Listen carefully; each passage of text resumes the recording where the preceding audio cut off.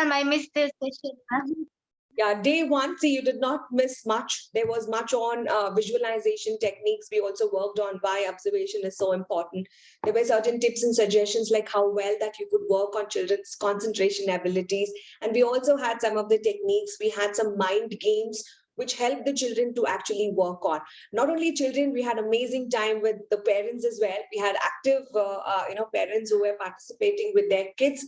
So that was amazing to see. So today there would be a small recap, so you would not miss out. So I would want you to go back to the recording of the previous session, get a little understanding of it, and just catch up as early as possible. So today's techniques are totally different than what we actually had it for yesterday. Good to have you. How's Catherine? She's participating? She's good, ma'am. No, ma'am, she's not participating. Okay, all right. Good to have you, Delphine. Good to have you. Thank you, ma'am. Thank you so much. So we have Abhay, you have logged in with 2 logins. Is it the same login or is it 2 participants?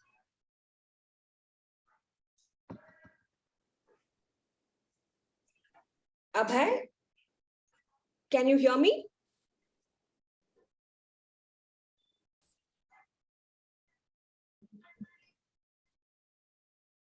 So any questions that you want to ask me, because you have that good 5 minutes of time and it's 9:55.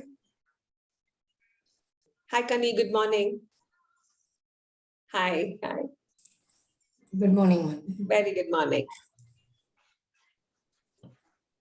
Yeah, the one big question is how to practice that you told you. How to practice. Yes, how to practice. It's like, you need to get yourself strategized. You need to affirm to yourself that you're going to be doing it. So you need to religiously follow. That is what I said at the beginning. You got to surrender to your learning. The more you surrender, the more you get focused and inclined, and you make your charter saying that this is the time that I need to be practicing my own self.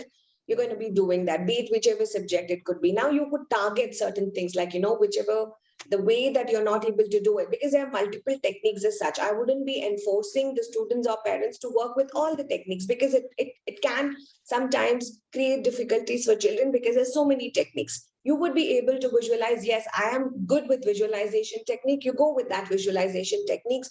You apply that particular thing, you get into mind mapping, then you get into a practice session, and you have that revision plan, right, Kani? So you got to follow that revision plan. And that is what it will give you of like more practice sessions altogether.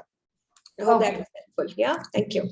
Thank you, ma'am. Good morning, Banani. Good to have you. How are you doing today? Yes, yeah, you have to unmute. So what was the insights? What could you learn yesterday's topic and how did it go for you? Good morning, ma'am. Very good morning. Pardon, please, ma'am. No, how was the yesterday's visualization technique? Like, could you imagine certain things and it made it very easier for you to adapt it? Yes, ma'am. Yes, ma'am. Actually, ma'am, I used to apply before also, not formally, but little bit I apply with my kids also. Whenever they have classes, attending classes, I used to tell just recap in the evening, whatever you have, the homework, first finish it, then recap what ma'am taught you. Then there is no need to again prepare for anything. It will be automatic. If you next day, if you go for the fresh class, you can remind and recall it easily. Yeah, this is what we were all taught in our schools, right? Our teachers used to say you have to revise today only. In my school time also, I used to do that one, ma'am. Yes. Now, because there's so many after school activities that the children are getting engaged, they're not able to find good time to revise their own curriculum or the academics. And that's one of the reasons that I was talking about, like, how much of stress it is actually causing to children because of the different things. But in case if you're able to leverage a good amount of time and systematically working with your children, that goes a little easier for all of us. The main thing is to maintain the timetable, ma'am. If you maintain the timetable, you will get time, ma'am. You will get time, yes. Timetable is very one timetable. Because I used to do in my schooling or college time also, and also I applied. I'm telling to my kids also, you should follow this one. It will be helpful for you. That's good. That's good. Good to hear that. Thank you. Thank you, Banani. Good to have you today. Okay, so it's almost like 9:58, 2 more minutes. We have Bhavitya Bhavagna joining us, Pooja joining us. Good morning, ma'am. Whenever you're ready, children and parents, please on your videos because it's an interaction session. So please interact with me. Good morning, Usha ji. Good morning, Pooja. Good morning, ma'am. Yeah, very good morning. I hope you all have Morning, had ma'am. your breakfast. People logging in from India. And Pooja, I hope you had your dinner.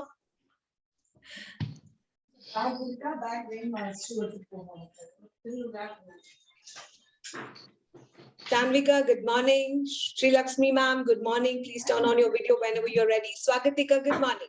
Good morning, ma'am. Very good morning. So 1 more minute, guys, turn on your videos. It's 10 a.m. in the morning. Let's say hello to everybody. Come on, give up with that energy. Put your pens down. So we're going to do some exercises. A very, very happy morning to all of us. We're going to do some brain boosting exercises most of the time. So stretch yourself. Feel composed, feel relaxed, stretch your arms everywhere. You can stretch it wherever you're having some furniture, just move around. In case if your kids are sitting right next to you, please watch out so that you would not be hurting them. That's amazing. Give yourself a nice and relaxed stretch so that you get that utmost energy. Saturday morning, Sunday mornings, we gathered today and yesterday. It was amazing. So relax your neck muscles, gently turn around. Okay, so I picked up from Banani ma'am. She started doing that. So I'm just doing that. Relax your shoulder muscles. Amazing, amazing. Turn on your video whenever you're ready to go. Very good enough. Okay, so do that for a count of 10, reverse order. Calm yourself. You can close your eyes. Focus. Have a count for your own self of 1 to 20. Rotate your neck muscles as slow as possible. Clockwise, anti-clockwise turns could also help you to relaxing you down. Thank you so much. Good morning, Amina. Good morning, Jyoti. Good morning, Keethi. Guys, please turn on your videos. Hamsa is facing a little technical challenge. Good morning, Sri Lakshmi. Good morning. Others, please turn on your videos as early as possible. Ma'am, good morning, ma'am. This is Very good Kirti. morning. Yes, Kirti. Actually, I'm in one more office discussion, so I will be turning off for 30 minutes video. Not a problem, not a problem. I would need the Thanks. reason so that I wouldn't be calling out your names. Sure, Abhay, sure. it's a last call for you to on your video. Please on your video. Abhay, I see 2 logins. Is it the same participant or you have 2 participants joining? Let me know on that. Good morning, Jyoti. Very good morning. Good morning, Amina. Good morning. Very good morning. All right, Good guys. So morning. let's quickly get Good back. morning, ma. How are you? Yes, very well. Thank you so much. And I'm hoping all of you are doing great. So it's time in India, the number of cases of COVID is increasing rapidly. And in Bangalore also, the number of cases are increasing rapidly. So people, please stay safe. Okay, so stay connected with your family members. Be there whenever they need you. And take care of your own selves and get enough rest and get good amount of medication. Right. Yes. So we're going to be starting in another 1-2 minutes. I have some participants logging in. Few of them are having network issues. I would request everyone to mute. Yes, I have muted all the participants. So today is our day 2. Today is our day 2.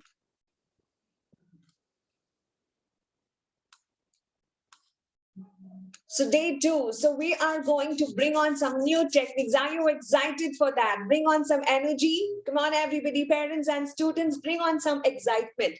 Excitement is the key drive for you to learn something. Sometimes some of the subjects can be boring. Do you agree with me? Subjects can be boring. History can be boring. The moment you take up your history book, your mind is actually telling you, why should I be learning history? Can you connect with me? So that's the reason the excitement is the new key skill for all of us. Every time you pick up something, you got to show up some excitement. You got to show up some energy levels. You got to show up that. I want each one of you all to come out of that tight scale of, putting yourself stick onto that chairs wherever you are there. Loosen up your muscles, So it also means that, having a smile on your face throughout. It doesn't cost you much, but it can relax you. It can relax you. Yes, Usha ma'am, you can smile. Amina, Jyoti, can we have a bigger smile? Come on, everyone, have a good smile. It's not at all a classroom session. I'm not going to be a very strict teacher. I'm also a mom and I'm a preschool educator. So you would know the level that I get down with children. I play, I crawl, I jump, I hop, I do everything what a child is expected to do. When I ask a child to jump, I got to jump myself. Do you agree with me? When the teacher says, children, jump, the child thinks, okay, maybe the jump is only this much. The teacher says, children, jump with so much of excitement, and they would do it. And if a teacher is sitting there and she's asking you to jump, maybe the child understands, okay, maybe jump is just sitting there and only pushing up the hands up. You have to literally get into action. When I say show me some excitement, there has to be a way of excitement that you actually show up. How do we do that? Yesterday, we learned about the nonsensical communication language. We said, the moment that I say show some excitement, both your hands, the moment I say bring it on, you can actually do this particular thing. When you start moving your muscles, what happens? Your brain is active. You do not go to the sleep mode. You do not get distracted. You will get much more aligned to me. You will get more focused towards me. You want to eat something, you are very hungry in between of the program, you can excuse yourself. Off your cameras, please go, take a small break, have something and come. But during the class, no eating, because as I mentioned, you can tell this to your children also. When you're studying, no eating. Some children have a platter, they keep munching and they keep eating. The moment that they start munching something, they get distracted. The entire shift or drift is towards, wow, what a lovely snack. The cake was so yum, the chips were so good. All of that actually comes up because we are learning through our senses. Our senses, our taste buds are telling it. It's very, very important for us. So this is something that we need to be doing, ladies and gentlemen. Thank you so much for joining me on this Sunday morning. And we're going to be having the topic for today. What we're going to be learning is the first section is something that we need to recapsulate. Something that we need to be recapsulating, right? So what did we do yesterday? We learned about our brain. We learned about the memory. We learned about the neuropaths. What is a neuropath? Can somebody relate it to me? When you had some information, everybody with action, when you have touch, one hand, and the information is going to the other side of your brain, right? So the more you start connecting your own self with that information, what did we create? We created a neuropath. Everybody say this word, we created neuropath. The more and more connections that you start establishing, you started creating a neuro highway. We started creating a neuro highway. That's amazing, isn't it? So that was our second level. The third part, what we used was like the observation technique.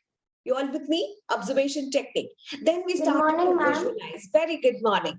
Then actually, I joined a little late. So what were you teaching?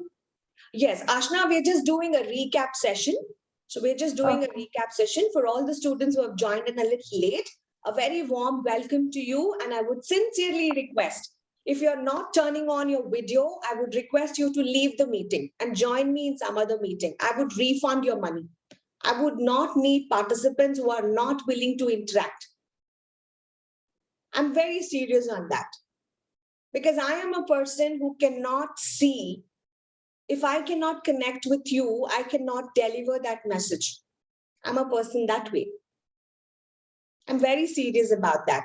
Students who have technical issues, you can put it off because I've already got a request from Kirti and I've got it from Hamsa ma'am. Others, please, you have to be committed. Ma'am, please give me 5 minutes, ma'am. I'll on my camera. Not a problem, not a problem. See, this is what is required. So I need a commitment from your end. Yesterday also I was talking about, don't get me wrong, I'm being a little firm over here. I want every one of you all to get onto this particular mode because the more you are committed, the more you affirm yourself, I'm going to do it, only then you're going to be doing it. Affirmation, I want my child to become this, I want my child to become that, I want my child to become this. Are you committed? How much are you committed? Can you give a good amount of time? These are the little things which actually matters a lot. When you surrender yourself to what you have affirmed, what you have confirmed, and you do that particular way, this is what I was actually talking when I spoke to Tikshita's mother yesterday, be it whatever it is, she does her exercise routine every single day, whatever it could be, she does not even miss out. So that becomes a highway. So this is the habit that you all have to change, not only in my classes, whichever classes. Why I'm telling you this is like even children sometimes, they off their videos in the classroom. The moment that they off their videos, they get distracted. They don't get connected to teachers. They don't get connected. Preschoolers are the best ones, I could say. They're so dedicatedly, they would listen to the teacher, to the mother, because their level of obedience, what they have, 1 to 6 years is too much. Whatever you say, they believe. They say, children on the video, okay, ma'am. Children be quiet, okay, ma'am. Children do this, okay, ma'am. After that, if I ask Bhavitya, Bhavitya and Bhavagna stand up and run, they might do that. I'm just giving them the exercise, okay? So Bhavitya, Bhavagna, okay, we're going to do this exercise. Can you stand up and run here? Can you run? Yeah, run.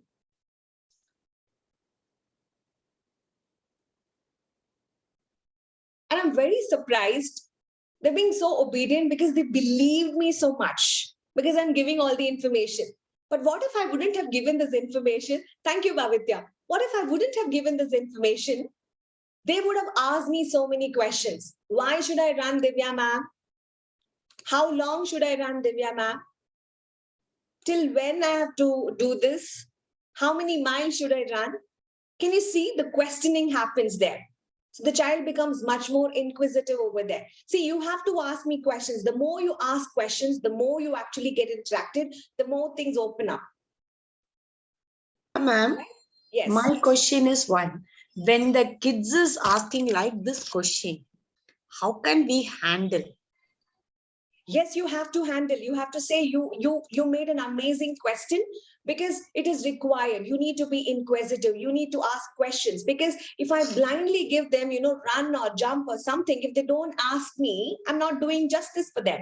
So I'm teaching them. Okay, now you are telling to run. Okay, Now I am going to ask a Excuse me, question. You ma'am. are going to handle me. I am a student. Actually, I am a student only here. Okay, I am going to ask a question. You tell something, I am going to ask a question. Come on. You tell me to do something. You have to. Hamsa ma'am, can you write the alphabets? What I have to write, ma'am? You have to write the letters, dear. We Which learned letter, in ma'am? yesterday's class from A to Z. A to Z. Okay, how to write A, ma'am? How to write A? Close your eyes. Imagine I gave you a trick. We did one sing along. Do you remember the sound of it? Is yes. Yes, very good. And how was the formation? We got a standing line. We got another standing line. And then, Hamsa, you remember it. And then we put a sleeping line. Do you remember? Yes, ma'am. I wrote. Yes. So that's the first letter. How to write B? I don't know. Okay, so I will tell you that later. First, let's write A. Come on, start writing A. Yes. Come on. Yes, ma'am. I finished. Thank you. So what happens there is like, it's not only with children, it's sometimes even we adults, we tend to forget. Why do we tend to forget? So we generally forget about where our keys are, where we kept our purse. It will be just in front of us. So that means it was there somewhere in your memory. You had seen it, you had kept it. And if you're in IT, you would relate it to it. Search button hota agar mere dimag mein. I will search for it. Where is it? How many of the IT professionals have felt that way? I should have had a search button. Sri Lakshmi ma'am is able to relate it to it. So what happens there is like anything which is there in your memory, it's always there. It's infinite. Your memory is infinite. It is there somewhere sitting down in the corner. Somewhere it's there. That's the reason we say, that's the reason people say, remember, okay, so where did you keep it? Relax, in a relaxed mind, in a calm state of mind. Why don't you recollect it? Have you ever heard? Have you ever said to yourself, let me relax, let me think over. You just close your eyes and then you go take a deep breath, or you have a glass of water, you relax and then you recollect. If you're not able to recollecting, people ask you questions. Just imagine which were the different rooms that you entered.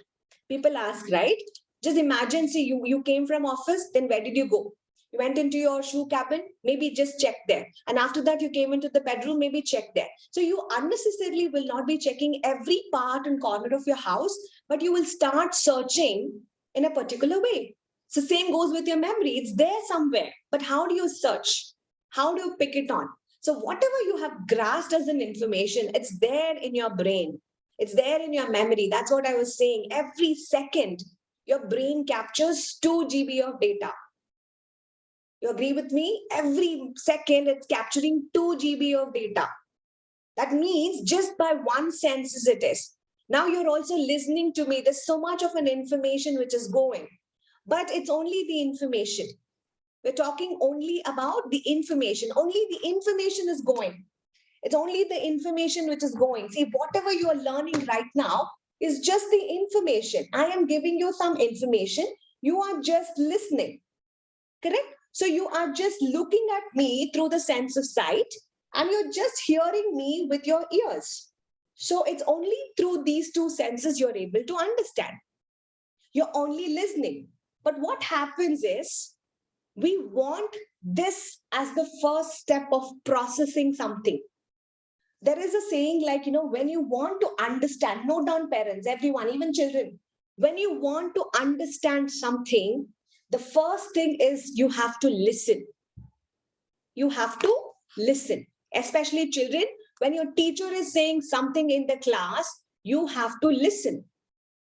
Excuse Ashna? me, ma'am. Yes. Yes, Ashna. Ma'am, can I just off my camera for 5 minutes? Yes, you can. Okay. So if there's something, you can put it into the chat window so that we will not get interrupted. So it is more important that we need to be getting the first understanding level of listening. So we need to always educate our children to listen to the teacher. So make it a rule, parent, offline, online, whatever are the classes, there are no distractions. So if your child has installed many gaming consoles, many gaming apps into the mobile phone or into the computers that they are watching, it has to be a strict no. So you can always create 2 logins, one for the class and one for the personal usage, and the child will log in only there when he has no access to any distractions. The more your child starts to listen to things, that's the first step towards understanding.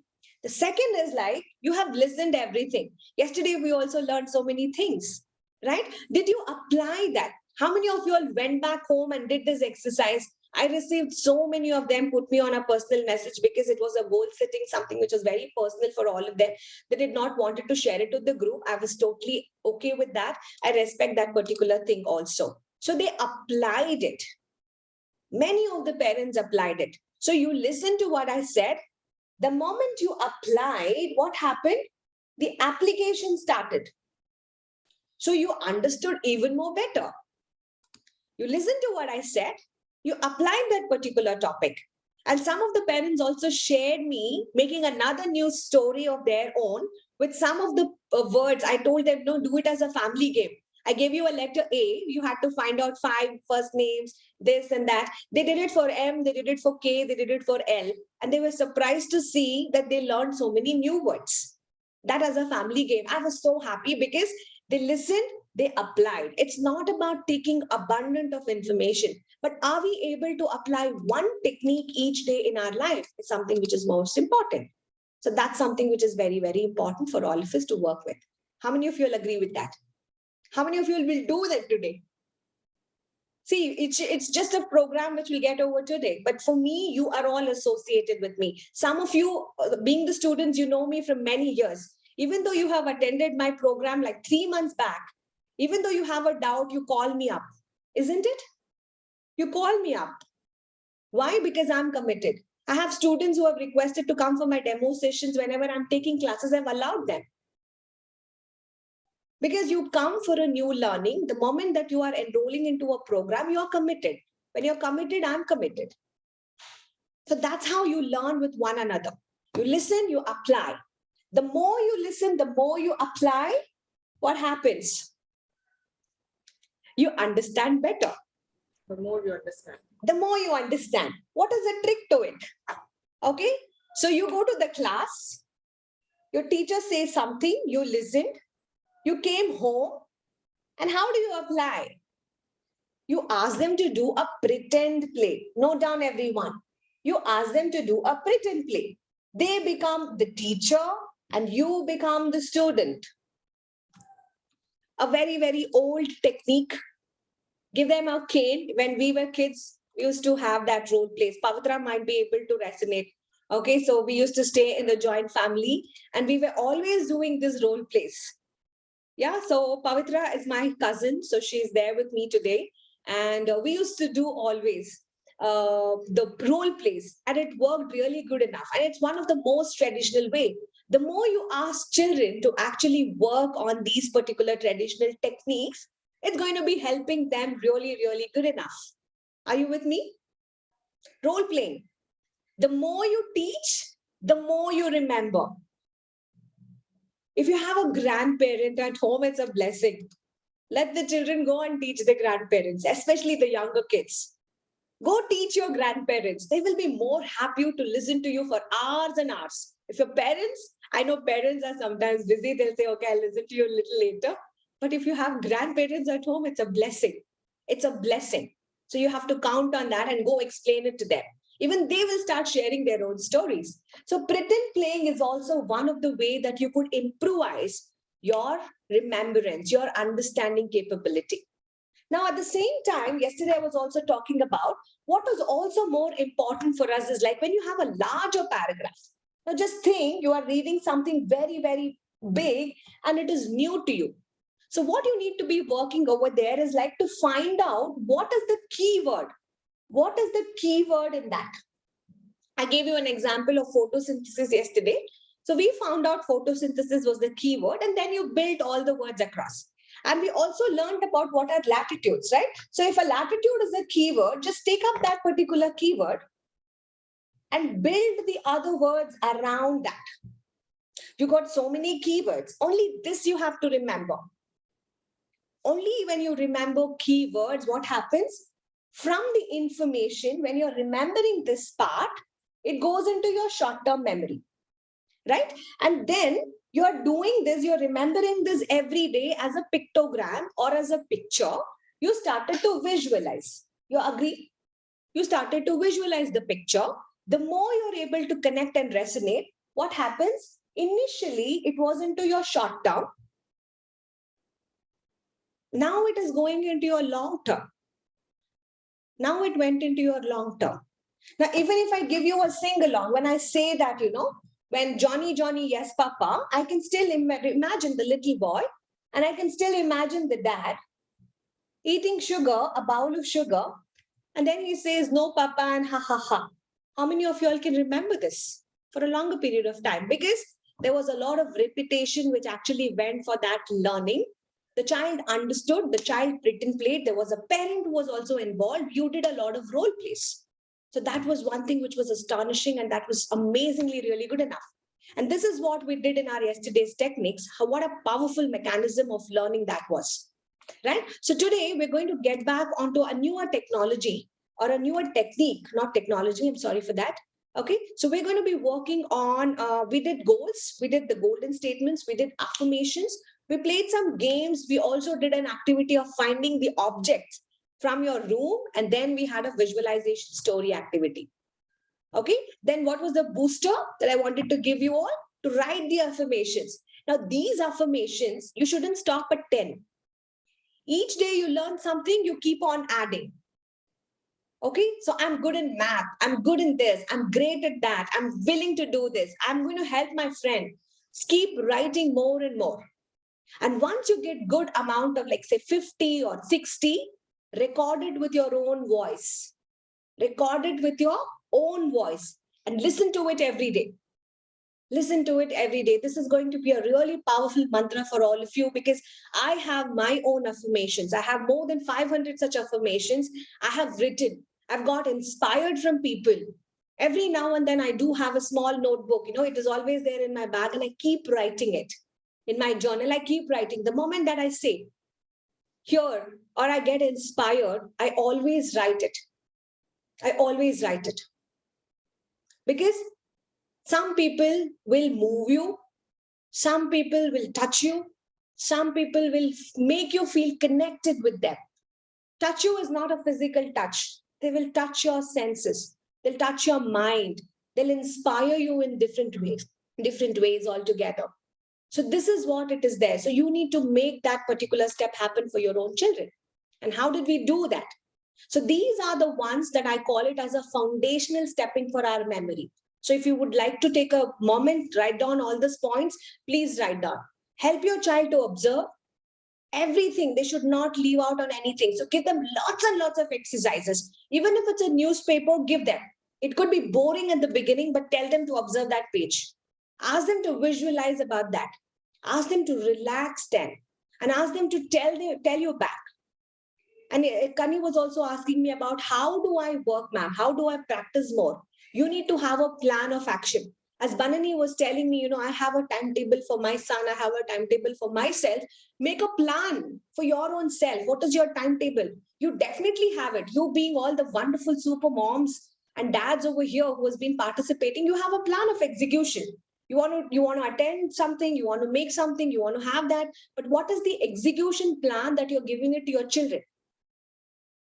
When your child is successful, the credit goes to you. When the child is not successful, the credit goes to you. When the child is able to remember, the credit goes to you. When the child is not able to remember, the credit goes to you. Why I'm telling you this is like whichever is the age that you as a parent should always be inspiring your child. Give them new opportunities for them to learn. Okay, so when they're toddler, give them your love and all of that affection because you are there as a mother to support. When you're putting them to school, don't become a teacher. Don't keep teaching whatever the teacher is saying. Leave it to the teacher. She will do the techniques. You still be a wonderful mother, supporting your child to learn. Don't tell them, what is this? Because there's always a contradictory statement that keeps happening. The teacher said you're amazing, but the mother says you're useless. The teacher says you're wonderful. The mother or the father says how careless you are. See, the brain is not able to relate and take things. There's always a fight and a conflict between what your child is feeling and what you're trying to say. You're with me? Are you with me? Yes? How many of you could relate this? All of us, right? Somewhere down the line, we do that. And you say that. And that's the reason most of the schools say that, parents, you please don't teach anything.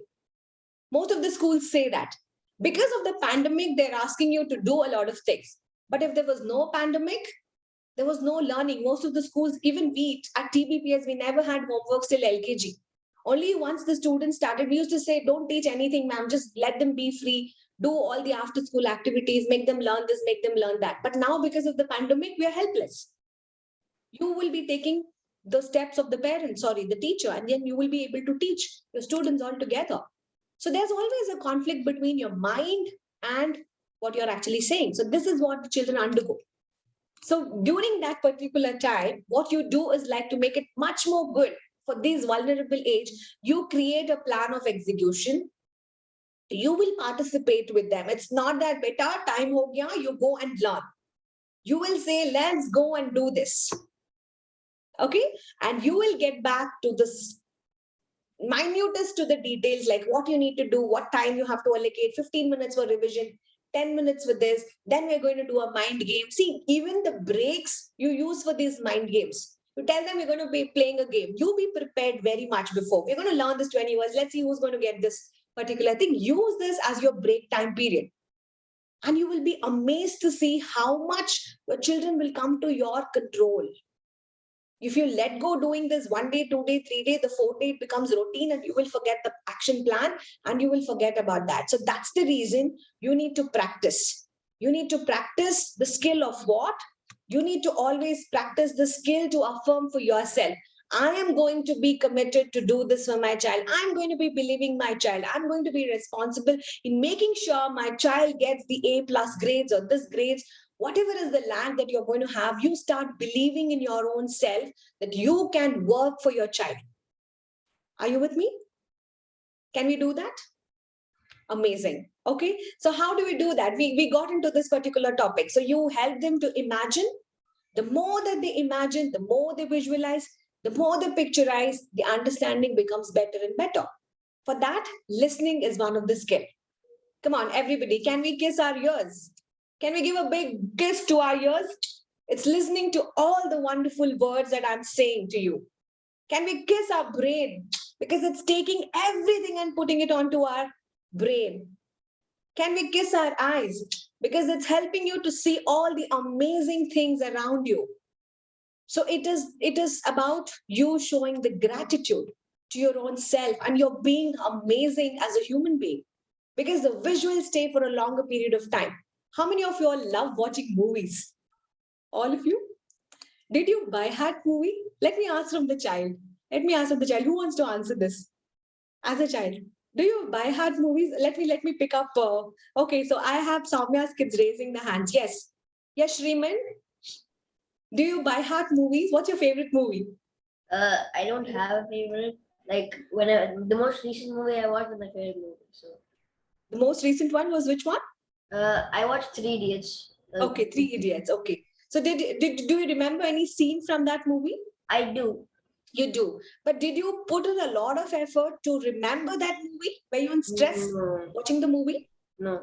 Even if I ask you day after, can you remember the movie? Yes. Even after a month, can you resonate to that movie?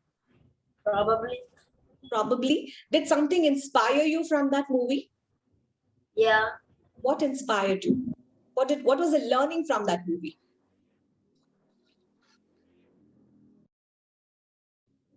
That if you have passion for something, then you can do it. If you don't have passion for something, you won't be able to excel at it.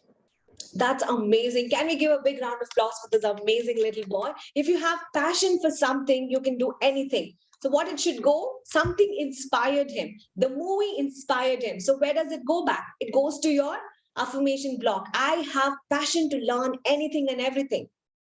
It's a new learning. It gets into our journal because it's not only people who inspire you, it's also the movies that actually inspire you. So we do not, why I wanted to get you into this particular thing is, yesterday we did this my movie technique, right? Visuals stay for a longer period of time. When we watch movie, we don't memorize the movie at all. So when you're studying also, when you visualize it like a movie, like when we did the latitude thing, if you would have visualized it just like a movie, you would remember it for a longer period of time. The more you visualize, your memory will think, yes, it's important, it's important, it's important, and it will keep stacking it over there and it will keep it for a longer period of time. Maybe there is a fading away. Like Ash Riemann said, probably after a month, I might remember, I might not remember. It's human tendency.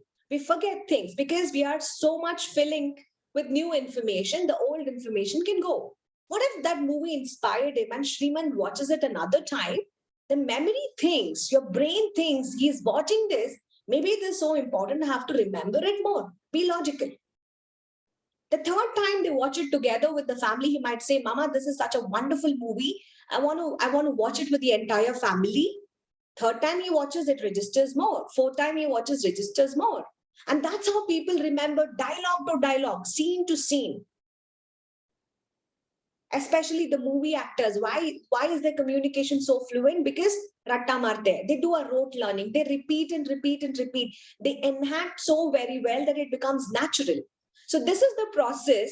What happens here is like, I wanted to bring into your notice, like whenever you do so much of practice, whatever you have in your short-term memory,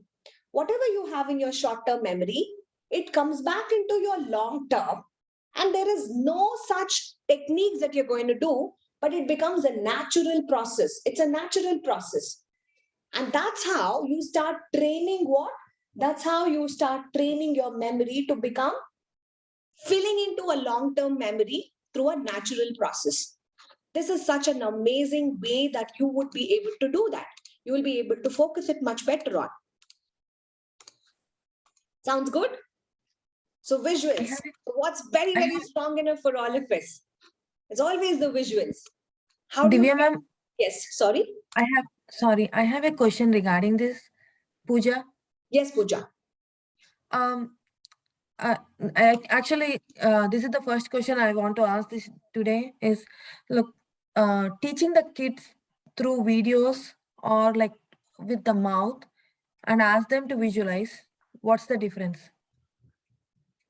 Teaching the kids to visualize is something if there is a story, if I say the story, or if I show the story in like YouTube or story, I'm just taking an example of story or ABCs or something, anything on the earth.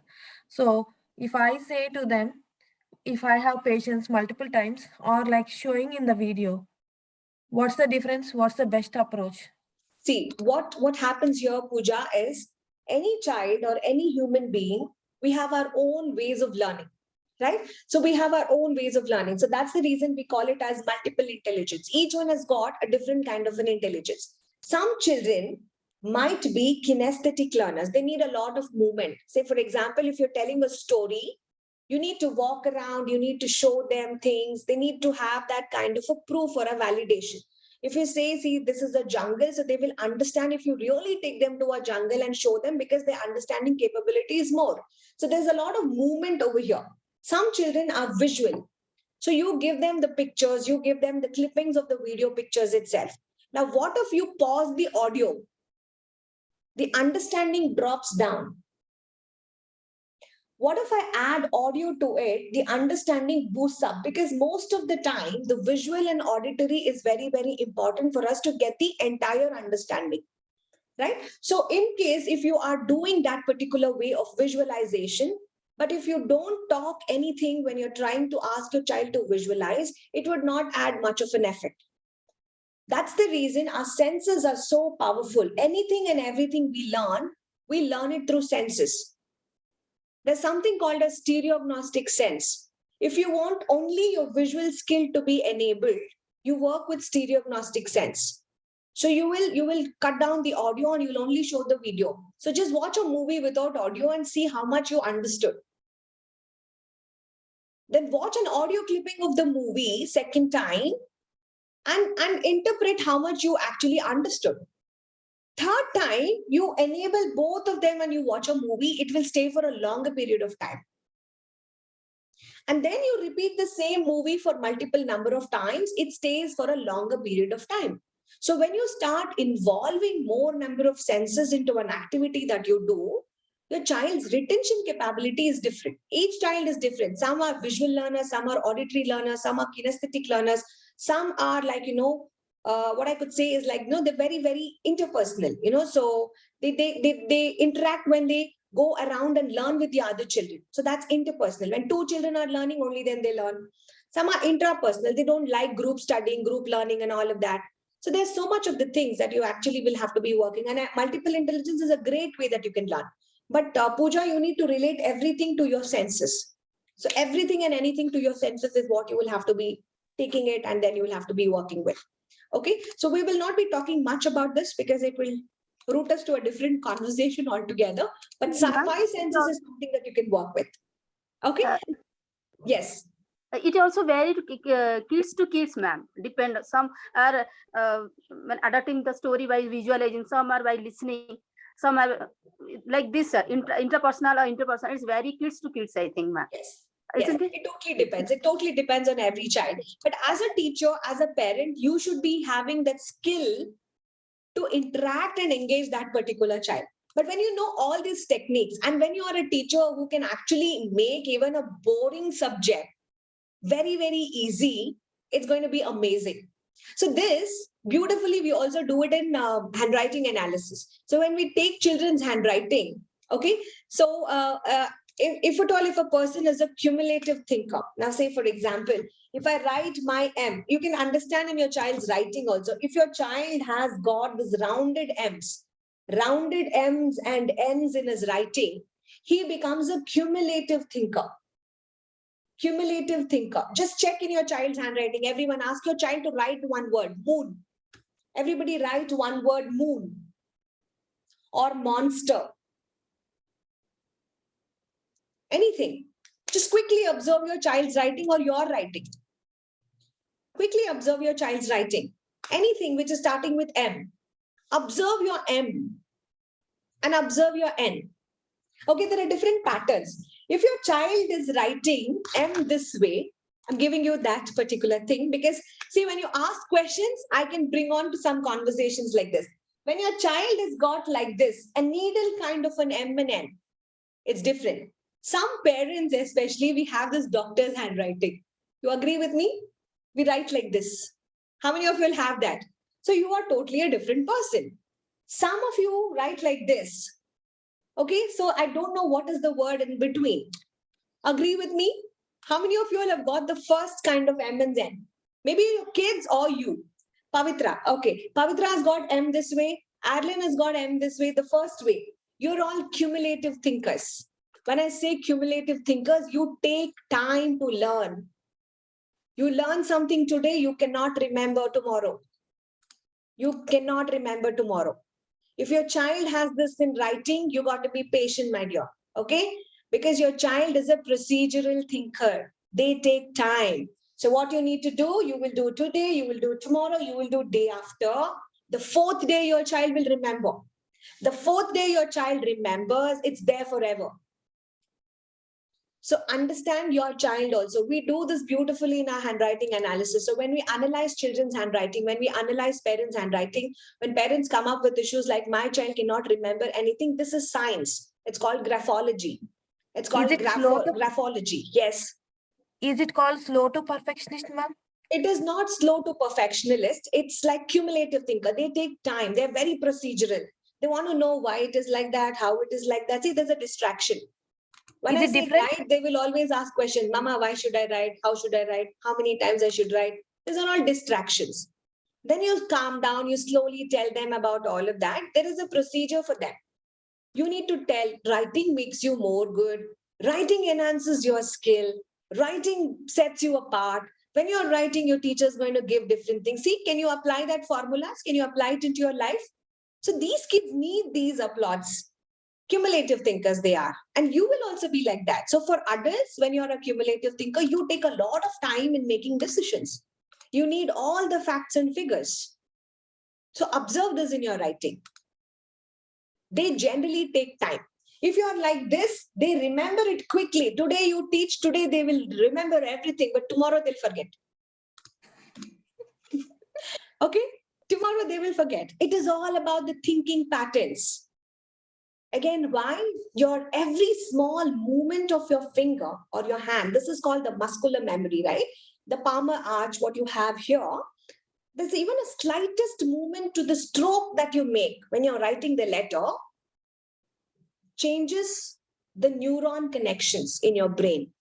Even the slightest movements. When you write E like this, and when you write E like this, when you write E like this, when you write E like this, even the slightest changes can change your neuron patterns. That's science. And that can tell what kind of a person you are. Isn't this amazing? Which we have never spoken about. This is science because it is related to the formations. So people can even analyze your health. What kind of health issues that you're going? Are you through traumatic stages? Interesting. Yes, Aparna. It's very, very interesting. This is a huge learning about a different aspect of the science, which is related to, again, your brain. So when you see this kind of things in children, we need to change this because we don't want them to be what kind of thinkers? We don't want them to be analytical thinkers, but we want them to be cumulative thinkers. Let them take their own sweet time. Teach them all the techniques. Don't be in a hurry. Once they learn it forever. That's the reason our teachers were very slow in teaching alphabets. That's the reason people go very slow in nursery classes, only teaching alphabets, sounds, alphabets, sounds, alphabets. How to write the letter, how to write the letter. As a parent, you'll get bored. How long will the teachers do the same thing? It's only same ABCD in the entire 1 year. Parents get bored. It is not that way. There is a science behind why you have to only be teaching only that much. When you go slow, when your child learns it slow, UKG, LKG, it goes like this. They know the letters, they know the sounds, they make the words. Once they know the trick of making words, your first standard, second standard just goes like that. You don't have to work anything on the spelling. That's the foundation. That's the reason that you need to follow it. So most of the schools follow this methodology, going slow, teaching slow, repetition and all of that. The more you go older and older and older, like us, we do certification courses, right? So we do a lot of courses learning. We all become analytical. You learn today, you apply today, you learn today, you apply today, you forget. And then you're not interested into that particular thing, you jump into something else. But what if you were a cumulative thinker? You put in a lot of effort into learning that particular thing. Isn't this science good enough? And what if something like this, the wedge formation? You're a surface thinker. Okay, you're a surface thinker. That's a totally a different thing, but I don't think many of the kids have this, because most of the adults, we have the surface thinking capabilities, because you're always in a hurry.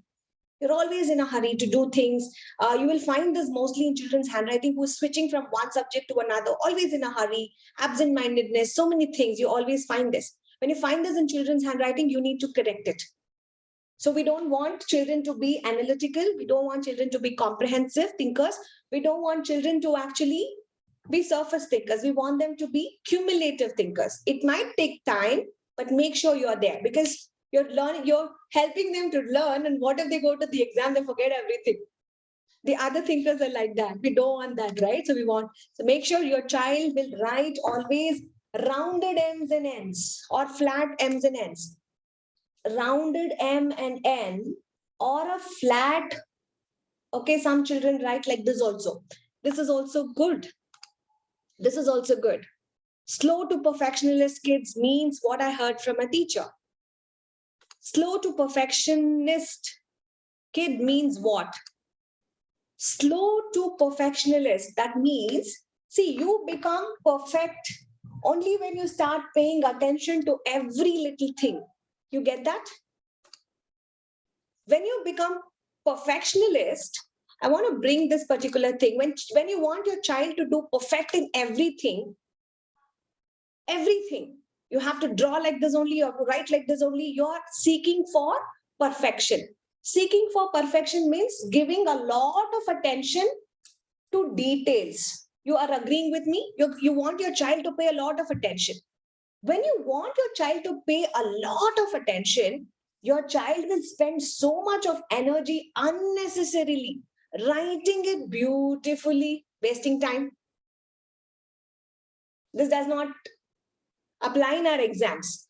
In our exams, when a child is sitting for the board for 2 hours, you might have to write 40 pages. How many words? Close to 10,000 words your child will have to write. And if they're perfectionist, if they're seeking for attention to details, being so very good, this is the way that I need to write, your child will lose out time, lot of an energy. That's not really good enough. So we don't have to do that. So never ever aim for your child to be perfect in anything. It's okay to have flaws. It's okay to make mistakes. It's okay. The more you give a lot of attention to every detailing, you lose out energy.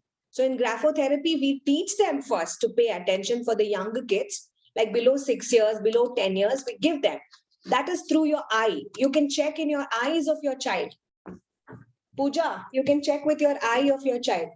If your child is writing a perfect eye dot, is giving a lot of attention. So children who write like this can focus better. They are very attentive in the class. The more eye is going above, they're not able to focus. The more eye is going this side, always irritated. The more eye goes this way, always procrastinating.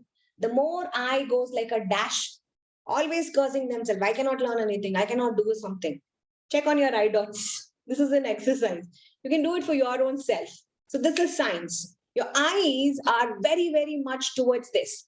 And if your eye dot is closer to this particular thing, means you're very loyal.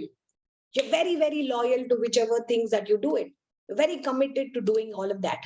So that's science. How many learn something new, out of the box, out of our memory technique? But somewhere down the line, your memory is inclined to your writing, because it's like helping you. So that's the reason when you help your children to do copywriting, give them more time. Don't hurry them up. Don't ask them to just fill out the papers. Let them take time. So if you see the patterns and other things why the schools give you, it's not just to learn about the stroke. See, they give you, right? They give you about standing lines, sleeping lines, zigzag lines, curved lines, upward curve, downward curve. They give squiggles, all of that. It's not for handwriting. They say it's handwriting. But the researchers have a total different particular things. So when you're doing psychology, so when you're doing psychology, when you learn psychology of what happens when you do this, you will learn the science of why schools are recommended to do this. There are people like, Friedrich Froebel. He was a person who said, like, I need to introduce kindergarten, right? So that's when nursery, LKG, UKG all came up. This person, being a Frenchman, was very much involved with Jean Attard, Edward Seguin. We worked very much towards these mentally challenged children altogether. They found out the science. They were the ones who actually said that, we need to create some kind of pattern writing before even they start the letters. So what we took it in a wrong way. This is helpful for our handwriting. Yes. Why there is a direction? Upward stroke, downward stroke, and then this. Because there is something called as a muscular memory, which sets everything right. People say it is for speeding up your handwriting. Definitely agree. But there's a science behind how that letter is connected. Okay. So when we do any time, when we meet up further, when there are psychological or psychology classes or lectures, we will talk more about it. Thank you so much. See, when you ask more questions, the more things come up. The interactions can get related to all of that. So anything that is boring, use the visualization technique. Anything that is boring. And how many days you do this? 15 days. Whatever you're doing, stick for 15 days. If you're using this technique, stick for 15 days. It might be boring at the beginning, learning some technique, but the more you start doing, it starts becoming your natural process of transforming into your natural memory. And your memory becomes a trained memory. So what you should do, always be calm, always be relaxed, especially during exams and tests. Parents, please do not create a fuss or a ruckus for your children. Your exam, did you learn? They know it all. They know about their exam dates. They know it. They're more stressed than you. And sometimes when you are more stressed, it creates more stress for them. I'm telling it to all the older children's parents, 9th standard, 10th standard, in case if they're there, they're responsible enough. They know about it. So you don't be stressed, but sit with your child throughout before exams. When they're doing the practice session, that time you be committed, but not during the exam times, peeping in, checking, is he reading, writing. They know it. So the more you relax, the more your memory starts to recollect the information. Okay, always make sure you're hearing good things, you're having good life around you. Okay, so always eat something which is very, very nutritious. Always keep your environment very relaxing. This is very important for children at home. Never create a stressful environment, fightings, like gossiping about somebody else, talking negative, anything. No. The more you do that, the more it's going to hamper your child in one way or the other way. They do not open up. Okay, the science also says, how many of you all wear glasses? How many of your kids wear glasses? Okay. So they wear glasses. Okay, the reason for the science is, I do not know Shanvika and Sri Lakshmi ma'am and Banani ma'am. Children who wear glasses at the younger ages are the naturally she is having split eye. That's the reason doctor suggested to take specs for 1 month, 1.5 months. That's totally a different one. Medical conditions is agree. But why do children do have the sight problems is when they're not able to see problems at home, psychologically they get deprived, and that affects their peripheral lobe of the brain. And that's how the vision gets impaired for the younger kids. When you start recognizing this, the moment that the children of the younger ages are putting glasses, question yourself, is my family environment good enough? Are we having fights in the family? When children are not able to see the situations, I'm not telling you this because I've learned this as an I lessons from my mentors, and they have told me that this is what it is, and it's a proven research. When they've drilled back, they had a story to tell. So children wear the glasses when they're not able to see something bad happening at their home. When you personally ask them, when you have a good relationship with the parent, when you ask them, they open up. And you would be able to guide. As teachers and parents, please understand this. So if your children are wearing spectacles, there's a problem at home. Okay, so you have to fix that particular problem. So your memory is infinite. As I said, it can take 1 to 2 GB of data per minute. Every minute, it can actually take up so much of data. Do a lot of breathing techniques, chanting, drinking a glass of water, take pause, take a break, take a power nap, whatever is going to be relaxing you. I'm not going to tell you which one is good enough for you. Each one has got their own ways of doing it. Give it for your child also. And the bonus tip, you have to start believing that Your book is your best friend. And we did that in our yesterday's affirmation also. Study is my buddy. So you have to start believing it. Who's your best friend? My science book. Who's your second best friend? My maths book. Whichever is the subject, which is the boring one, put it into your head of your child. Let them tell at least once in a day who is their best friend. Now, who's going to tell me who's the best friend now? Who's going to tell me who? Yeah. Yes, dear. Bhavitya, yes. Who's your best friend? Which subject was that becomes your best friend?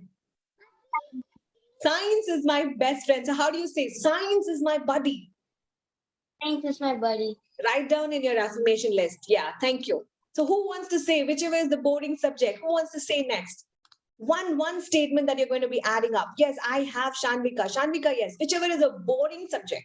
Not boring subject, ma'am. She want to tell is she likes English subject. Okay, so what will you say? English is my buddy. English is my buddy. English is my buddy. English is my best friend. See, the moment that you start believing it, see, children at this younger ages, as I said, they're in theta state. They're divine, they're pure. They start believing in whatever you say. Use this technique, parents. Whoever has got the younger kids, please use this technique because it gives you wonderful things. Okay, so you will be able to visualize. You say that best friends are your books, and even the most difficult subjects are going to be really easy. I always tell, when you plan something, you got to surrender to that plan. Are you with me? Are you with me? When you plan something, you have to give your 100%. So today's action item, note down everyone in your book. You're going to make a plan for yourself or your child. Either one works. You're working towards the goal setting of your child, or you're working for your own self. Are you committed? Write down the first action, everyone. All the moms out there, please write down. What is the action item is like, you're going to write down a planner. Timetable. I'll make it much more simpler. Timetable. Ma'am, should we also write? Yes, all of you. Teachers, kids, parents, whoever are participating. Write down a planner. What's the planner? What is your plan? I'm not giving the plan because the plan that works for me might not work for you. The plan that works for you might not work for somebody else. I'm not going to give you that.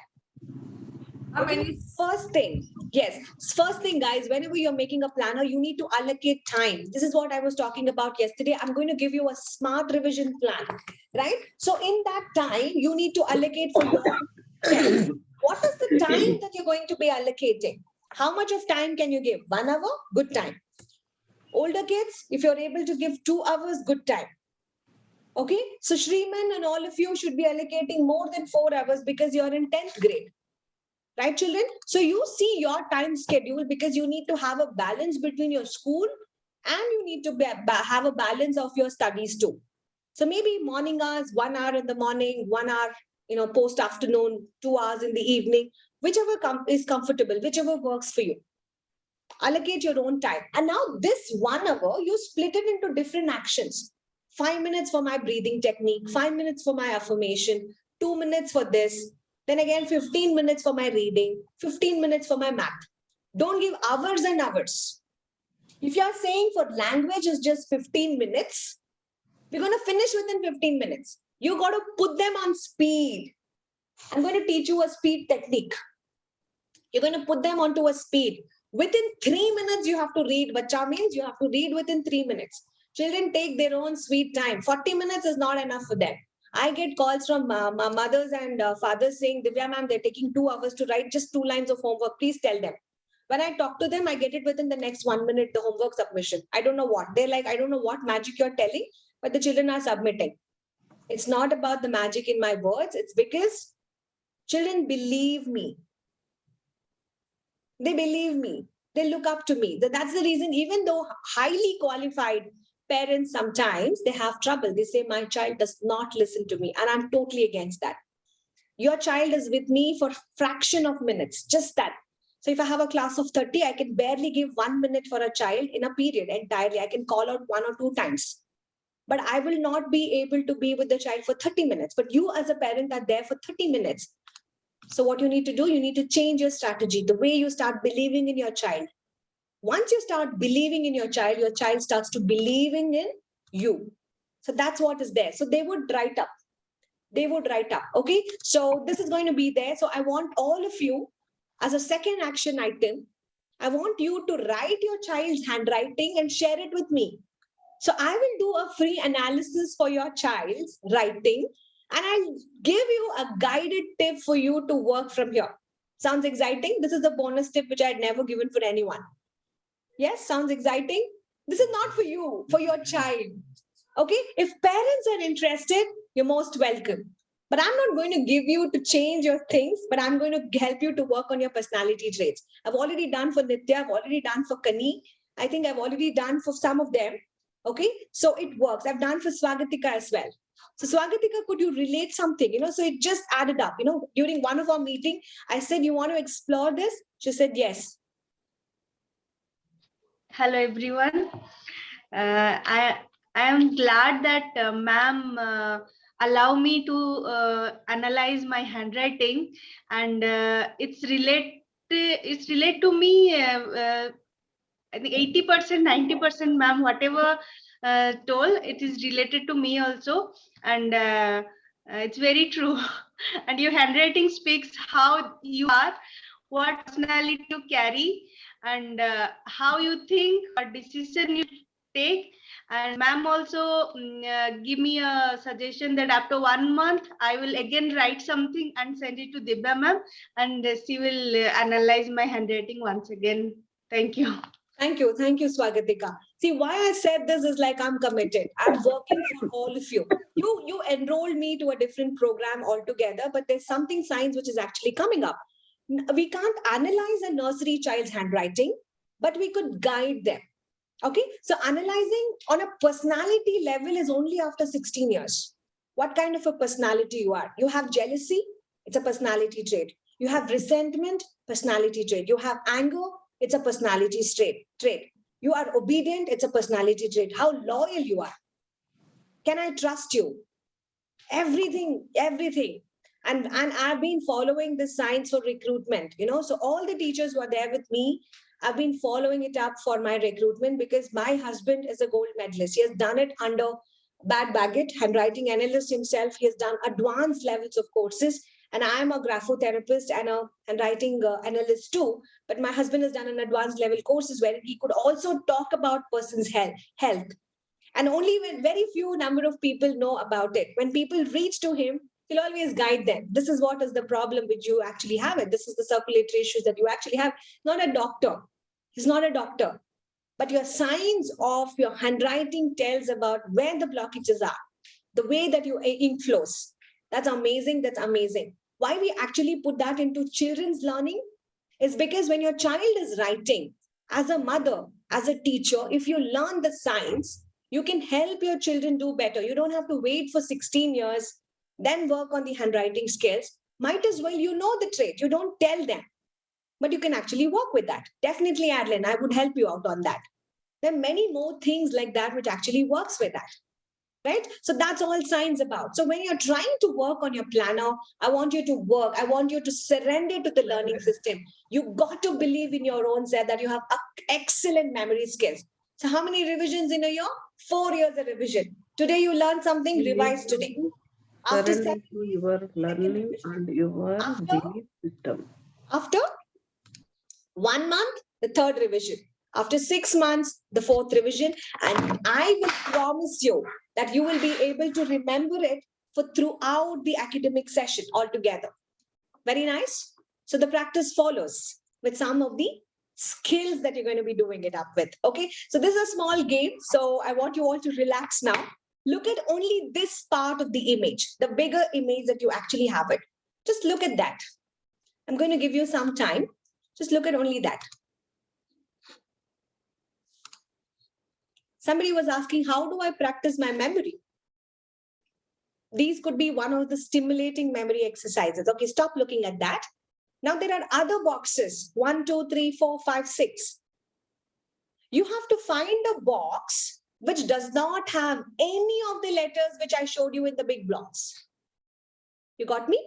You got to find out a box which does not have any of the letters which was there in the first box. A. 4. A. A. See, in A, in the first one, there's D. So I can't take number 1. Ma'am, it's 4. 4. Yes. Is everybody agreeing with 4? Yes, definitely 4. So how many seconds that you actually took? Almost like 30 to 35 seconds. So you got to be improvising on this particular skill of your observation. So it needs what? Training your vision, your eye muscles. So you need to be working towards training your brain in such a way that your visual skills are getting enhanced with. Agree with me? Yes? Totally agree? So what you could do, you could go to internet or you could write your own self pages and pages like that and give it for your child. Especially moms, whenever you have good free time, make all these notes and keep it ready so that, whenever you have your family time after dinner, you could practice it with your child. If you're not having time, just take a screenshot and keep it. Otherwise, I'll share you the recording. You can take a screenshot of that. Going to the next one, these could also help you. These are some of the puzzles. It's a very, very simple puzzles. How many triangles are there? 7. Wonderful. How many numbers can you see in this? I'm going really quick. 5. 5. Go, see. There's 0, there's another 0. Ma'am, there's 6. 8, there's 9, there's 6. 1, 2, 3, There's 4, there's 7, there's 1. Yeah, there's 3 also. Could anyone see? 8, ma'am. 8. 8 was there. 3 was there. Could you 7. see? Could you see? 7. 9. 9 you saw. Okay. 1, 2, 3, 4, 8, 0, 3, 9. 1, 7, 4, 9, 8, 0. 0. There's no 5. There's no 5. Ma'am, is that 9 or 1 on 0? Ah, that's 9. That's 9. You can consider that as 1 also. But there's a combination of 0 and 1 that makes it 5 also. When you tilt the image and see, it can be 6 also. Okay, you have to look for all the possibilities. I just asked you about finding the number altogether. Right, children? That's very good. So you can also see 10. Somebody said 10. That's very good. Somebody also said 10. 10. 10 add in there. Where is it 10? Somebody said 10. Where is 10? 1, 2, 3, 4, 5, 6. There's 18. Can you see 18? Number 18? Yeah, below to 4, that 18 is there. Yes. So could you see 18? Yeah. Could you see 18? Yes, ma'am. 18, 49. Yes. There's 49. There's 49. Think for the There's possibility. 74. 74. Okay, 74. 49. There is 749. That's correct. 749. Okay, that's amazing. See, this, 84. so you can create your own number puzzles. Okay, so I've randomly put some numbers there. So if you're good with PPT slides, you can put in a lot of numbers and give them. So what are you doing here is like you're challenging your brain. And when I put you on time, the challenge becomes even more quicker. How many squares? This is very easy. Very easy it is. Ma'am, I'm taking screen the did not break. get My updated. kid is crying. 1. I'm not seeing the screen. You are on mute. Ma'am, you're on mute. Yes, yes. How many number of squares are there? Folios can you see? 11. How many squares? My mother Yeah, it My is brother is crying. 8 square. How many squares? 8 squares, ma'am. 8 squares? 11 squares. 11 squares. Ma'am, 11. 14, 11. ma'am. 14, ma'am. 14? See properly. See the intersections. 17, ma'am. See 17 the squares. intersections also. 17. See, this is 1 square. See the intersection. This is the second square. See the third intersection. This is another square.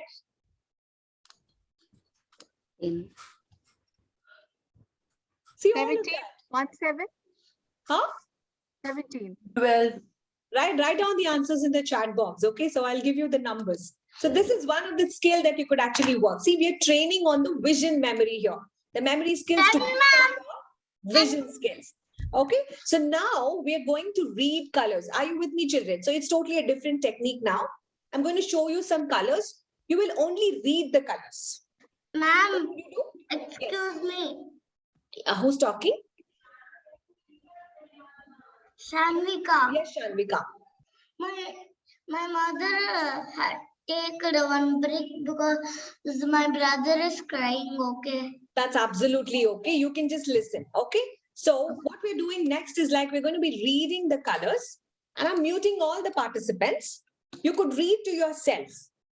Read it. Okay. So I'm going to be flashing it a little quicker. Just read the color. Orange, Green, green, red, blue, green, red, blue, maroon. maroon, yellow, gray. Yellow. Ma'am, what is the color after green? Can you do that one more time?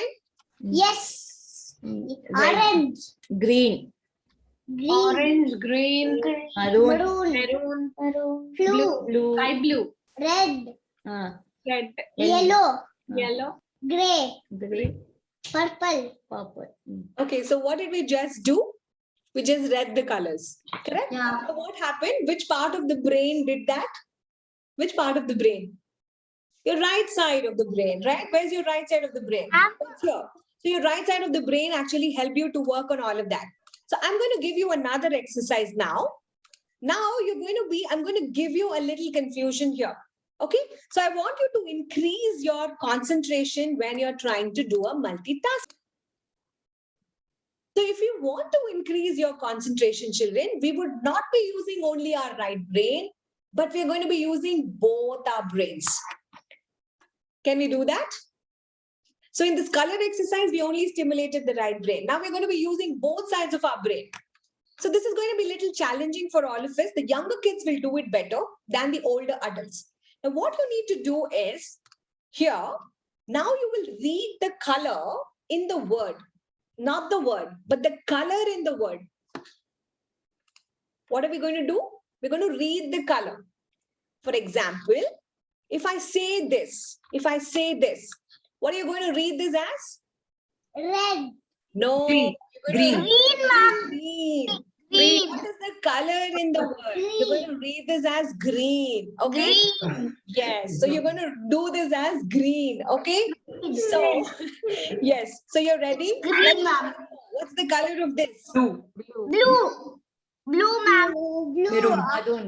Maroon, Maroon. Maroon, ma'am. Maroon. Purple. Pink. Pink. Yellow. Yellow. White. Got you. How many of you said white? How many of you said white? The children probably say this when they know the words. If I gave this to a younger child who has just learned the colors, like, 1 year, 1.5 years, they don't know the words, right? So they will never do this mistake. If parents, if you have any child who you can experiment with this, they will get 100 on 100. But we adults and the older kids have already learned words. Our brain confuses. Now, what are you trying to work over here? You're using both the sides of your brain.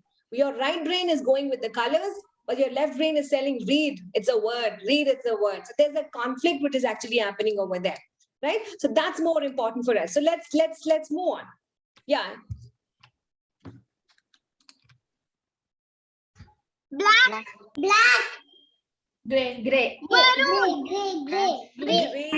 Yes. So let's do it one more time. Now you're going to do it with good speed. Okay. So here we go. 3, 2, 1, go. Green. Blue. Maroon. Purple. Pink. Yellow. Red.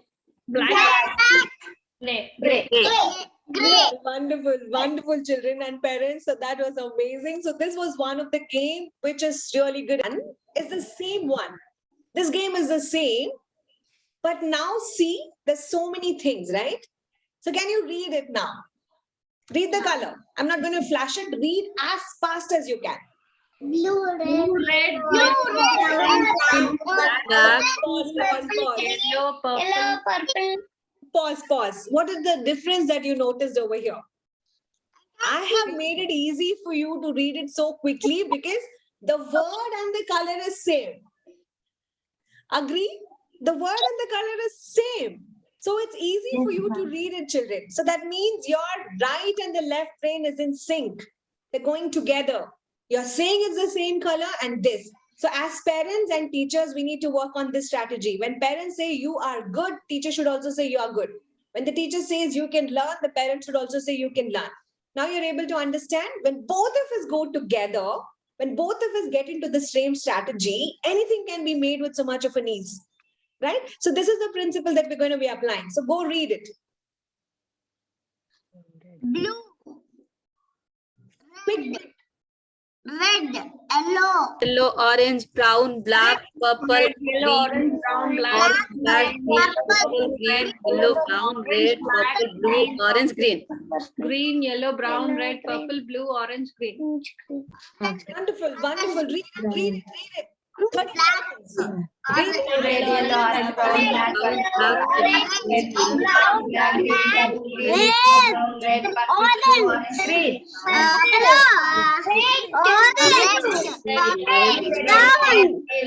black, So that was a good amount of a practice that you actually had it.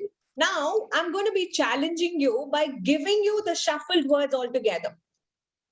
Now this one is challenging. Read it in your mind. I'm muting all of you right now because it needs concentration. Read in your mind. Got to read the color. The moment you go wrong, start from the beginning. The moment you go wrong, start from the beginning.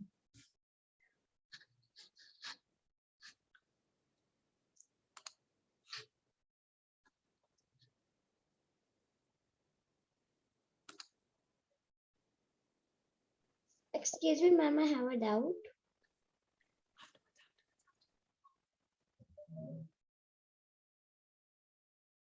Ma'am, what is first word? I can't read this.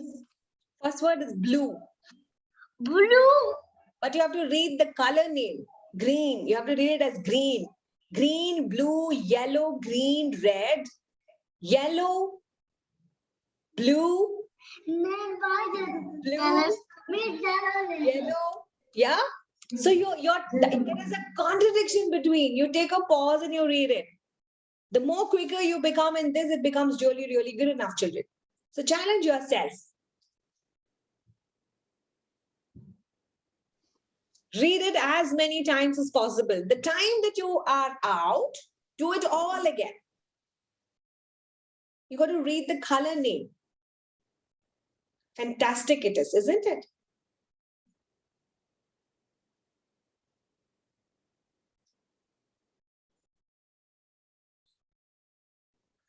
Time out. How many of you all could get everything? How many of you all could get everything? Aradhya did it. Amazing, Aradhya. Nitya, One time I did Nitya correctly. did. One time I did correctly. Who else did correctly for the first time? One time, Banani. Banani did for the first time. Rema did it for the first time. Okay, hi Rema. Where are you connecting from? Oman or Muscat? Oman. Oman. Okay, good to have you. Good to have you. How are you doing, Rema? Yeah, fine, Madhu teacher. All good, all good. Thank you so much. Yes. Who else got it first time? Right. Leela. Ma'am, can you show the screen once? Yes, I'll definitely show it, ma'am. So these are the students who did it at the very first time. There are much more participants who could have done it, but it is also on the time. So see, for the very first time, the more you train this challenge at your home, give more options. Use all the different color sketch pens that you have and do this exercise every day. You will be able to see your children become sharper and sharper the more that you actually do that. Are you with me? That's amazing. So welcome everyone. Welcome back to the second segment of this memory game. So whatever that we were actually learning, so previously that when I was actually talking about these particular color games and schemes like that, what is this effect called as? Have you ever asked me, what is this method, Divya? Why should we do this? Why are we supposed to read the colors? Nobody asked me. But let me tell you, this method of what we're actually doing is called by a name. And what is that name is what I'm going to be explaining it to you. Okay, the name of this particular effect, it's called the Stroop effect. Everybody note it down because you need to understand this particular thing as well. You did a lot of color reading and all of that, right? So it's called the Stroop effect. What is it called? It's called the Stroop effect. Note it down. So we learned a new technique that's called the Stroop effect. Now, what does the Stroop effect do? It is named after a person called Ridley Stroop. Okay, so that was a strange phenomenon that he had. He said, you don't have to read the words, but you have to read the colors of the words. So you have to read the colors of the word as fast as you can. The more faster that you can actually do it, what you're trying to work over there, your brain is there, right? So there becomes an interference between the different informations that you're saying and what your brain is actually perceiving it. And your brain might think, okay, there is a problem. Okay, so there's a problem. So there is a lot of influence towards the ability to say the color. The more you do it, what happens? The more attention you would be able to get. So earlier, we could not pay attention because there was a conflict between. But for the younger children, it becomes much more easier for us because they have not learned the words. That is what I was actually talking about, right? So in psychology, when we actually apply this, okay, I'm also giving you a psychological aspect because whenever there are certain tests that they ask children to actually take it up, they do this test. Okay, so they give this test so that, there are two pieces of visual information. So you start to perceive all those information. And these information needs to be processed by your brain at the very same time. So what happens? There is a varying processing time. You're seeing something and you're taking time to analyze and then tell back. So there is a varying time. Some students like Aradhya, Nitya, they did it at the very first go, but some students did take a lot of time. So we can find out by taking up this particular test. It's called a Stroop test. In analyzing, how much can your brain take up that perception to? So there are two different colors. There is yellow, there is orange, but you're saying something else. Your brain is processing information almost something different, correct? So that is a Stroop test. So that requires you to suppress faster and faster. So you need to have more verbal information and you need to focus on what? You need to focus on the color. If you're able to focus on the color in the text, it becomes easy. Are you with me? So you're able to handle conflict. So there was a conflict in your brain, but you could actually do it. The more you work on such exercises, your brain's executive levels, the functioning will become much more sharper. Children will start to pay more attention. So it will be able to give you more ability to handle conflict. Are you with me? Sounds good? Interesting? So this is the big science. Yes. Ma'am, I have a problem with purple and violet. You have a problem with purple and violet. They belong to the same family. It's a spectrum of family, the violet shades.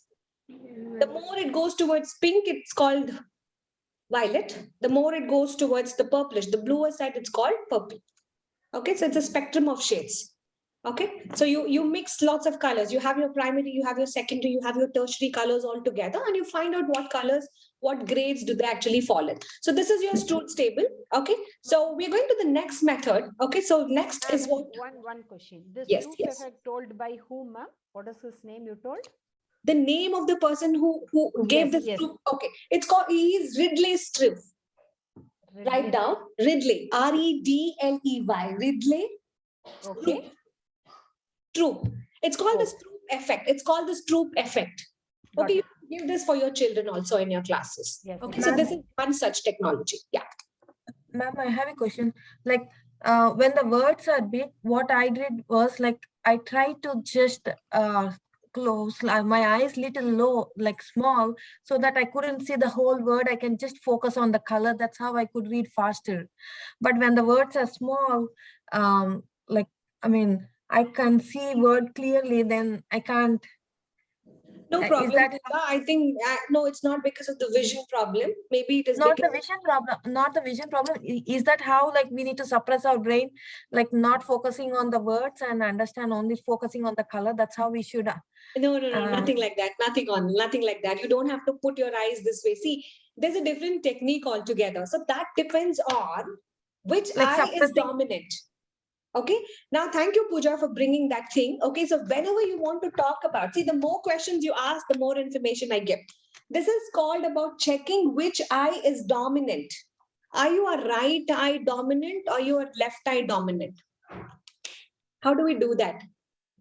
How do you figure that out? Okay. So if take both your hands like this, take your hands like this. Okay. So, and make a small triangle. Make a triangle like this. So only you have to visualize the center part of it and focus on one object. Focus on one object. Okay, focus on one object. Which eye are you using? Which eye did you close? Everybody will have a dominant eye. Somebody closed the left eye and saw with the right. Somebody closed with the right eye and saw with the left. Don't keep shuffling. Don't keep shuffling. When I ask you to focus, do it naturally on one object, smallest object. Without subconsciously you knowing, one eye will be closed. Which eye did you close? If I ask Shalini's mama, which eye did you close, ma'am? Closed my right eye. You closed your right eye. So that means your left eye is dominant. You are seeing it through your left eye. Correct? So each one of us, we have that particular ability. So when Pooja brought this up, so is that like I have to put both my eyes like this and only concentrate on the color? There's nothing like that. Okay, we go this way when you want to see something very precise, you want to focus more on it. So it's like, you're focusing more. That's the reason we actually say to children, close one eye and see with one eye. They'll be able to focus more at some of the activities. So it talks about dominancy, which eye is much more dominant. Okay, so that's a different thing altogether. So you can keep a coin and you could see that way also. Put it underneath and see. It's called the microscopic way of doing it. When something is centered down straight, you are right-eyed. If it is like wobbling and you see to a shift of it, you are left. Dominant eye is your left eye. Okay, so there is a theory, there's a science that, which eye is much more dominant. So when you learn about different body parts, so this is what you always do it in psychology. So you also check on different things. Everything is related. Now you're understanding your memory is related to your writing is related to your child is related to psychology. Again, we are correlated to what psychology parent has, what psychology. Psychology is a beautiful, beautiful topic. I want everybody to read at least something. Whenever you're doing speed reading, take up any one page of psychology and please read it. Understanding child psychology, understanding women's psychology, anything, any aspect of it, please take it up and try to read it. You will get lots and lots of information all about it. Okay, so that's about the dominant eye. Now we're going to the next technique. So the next technique, what we would be working today, is called another one. It's called the shoot table. Okay, it's called the shoot table. Now, whenever you want to increase the child's repetition, when you want to increase the speed and at the same time the vision, you need to work with this table. Okay, now read all the numbers. You get very less number of times. And you have to go in sequence 1, 2, 3, 4, 5, 6, 7, 8, 9, 10, 11, 12. So you have to find it that way. We can't see the screen. Ma'am, we can't see the screen.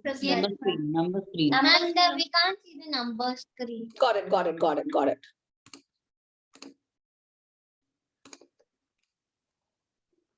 Okay, so next exercise, what we're going to do is like, we're going to be working on this table. So I want each one of you to go in sequence to find numbers from 1 to 25. It's a grid where numbers are filled up. As quickly as possible, try to figure out the positions, 1, 2, 3, 4, just like that. Randomly find out the numbers. The time starts now.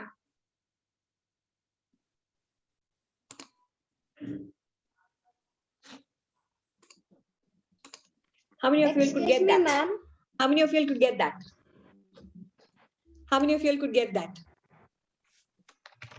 Yes, no? Could you at least find out where number 1 was? It's not about memorizing now. It's not about memorizing. Adeline did it till 9. It's not about memory. I was able to do till 9. Right side, bottom down, ma'am. 1. I was able to do till 11. We're able to do till 11. Some are able to do it till I was 15. able to do till 8. That's wonderful. Okay. So why I'm giving you this is because, see, these are certain things which is randomly arranged. Okay. So everybody get an understanding. This is a very, very important technique that we're going to do. And this is called the stool table. Okay. So SCHULTE, stool table. And if you can go to internet, you will get a lot of tables like that. Now, it is developed by a psychotherapist. Okay, it's developed by a psychotherapist who is a German. And he said that whenever we want children to attain good amount of attention in studies, you could begin this as a brain teaser or a visual exercise. Now, who is that wonderful man? It's Walter. I can't pronounce his name. I always get stuck, U and L. Can somebody help me with that? Stool table. So it's by Walter Stoot. Okay.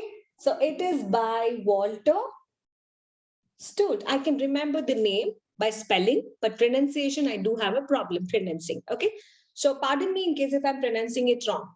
So he is a German psychotherapist. Now he said that whenever children have the problem for attention and other things, he used to give this.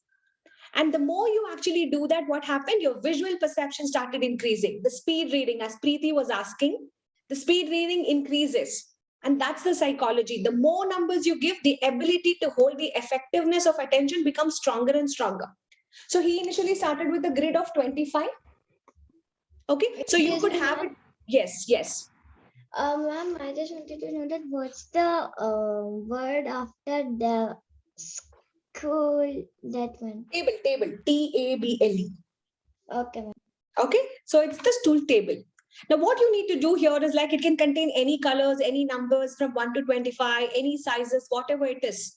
Okay, but the variants are not that very important. But only thing is like you finding out all the numbers in a given specific seconds of time is important. So that means who is at the higher focus?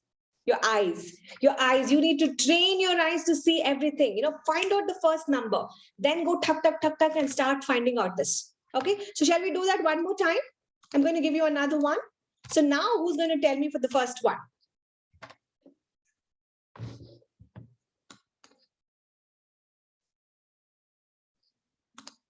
Could you figure out all 25? Who could do that? You could not do that. Okay. Ma'am, I could do 12. Let's do that one more time.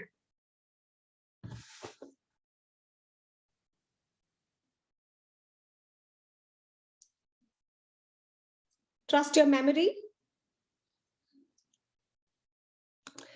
Could you do that? Could you do that this time? Kitty could do that. Who else? Adlan could do till 14. I'm very happy for that. See 20, ma'am. Banani up to 20. Banani, yeah, from 15 it became 20. Banani's capability from 15 it became 20. Adlan from 12 became 14. And what about the others? Ma'am, till Martin 20. could do till 18. That's amazing. That's amazing. 20. Okay. So let's do it one more time. Let's do for the second one. I want you all to do for the second time. Okay, so let me give you that screen share. So when you're doing this for the second time, the new one, everything in black.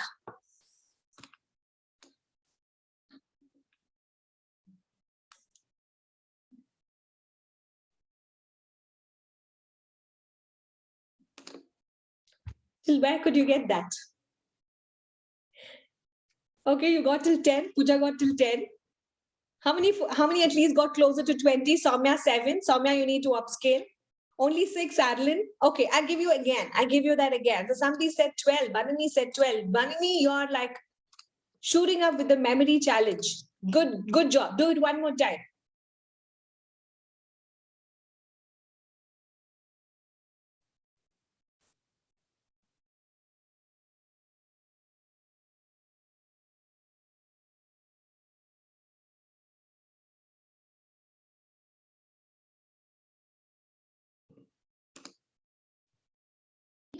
Ma'am, 25. 25. 25, Banani.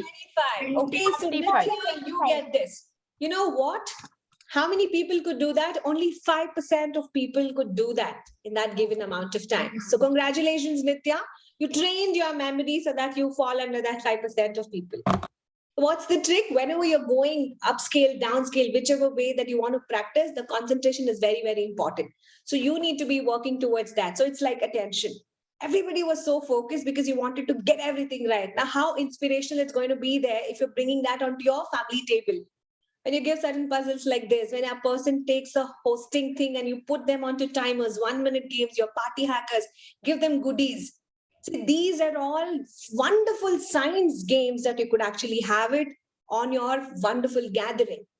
It will not only motivate your children, but everybody is going towards the same goal of attention, the same thing. So when you parents and kids, you take up all such kinds of interactive games for your parties, it's going to be an amazing cracker. I'm going to tell you that.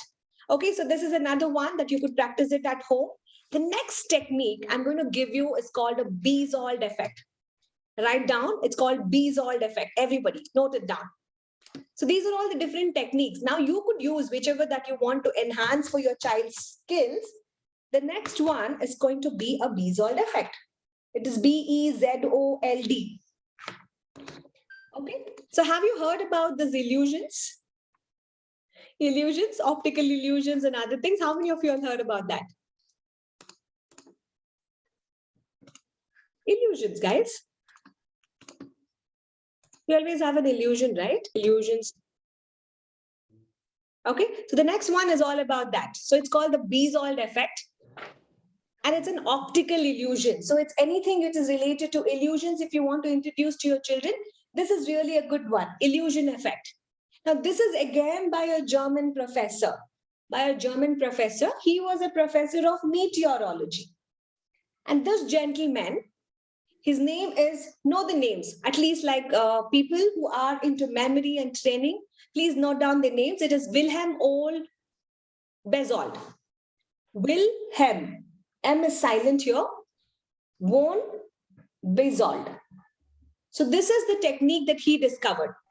He said, some colors may appear different depending on the relationship to the other adjacent colors. Are you with me?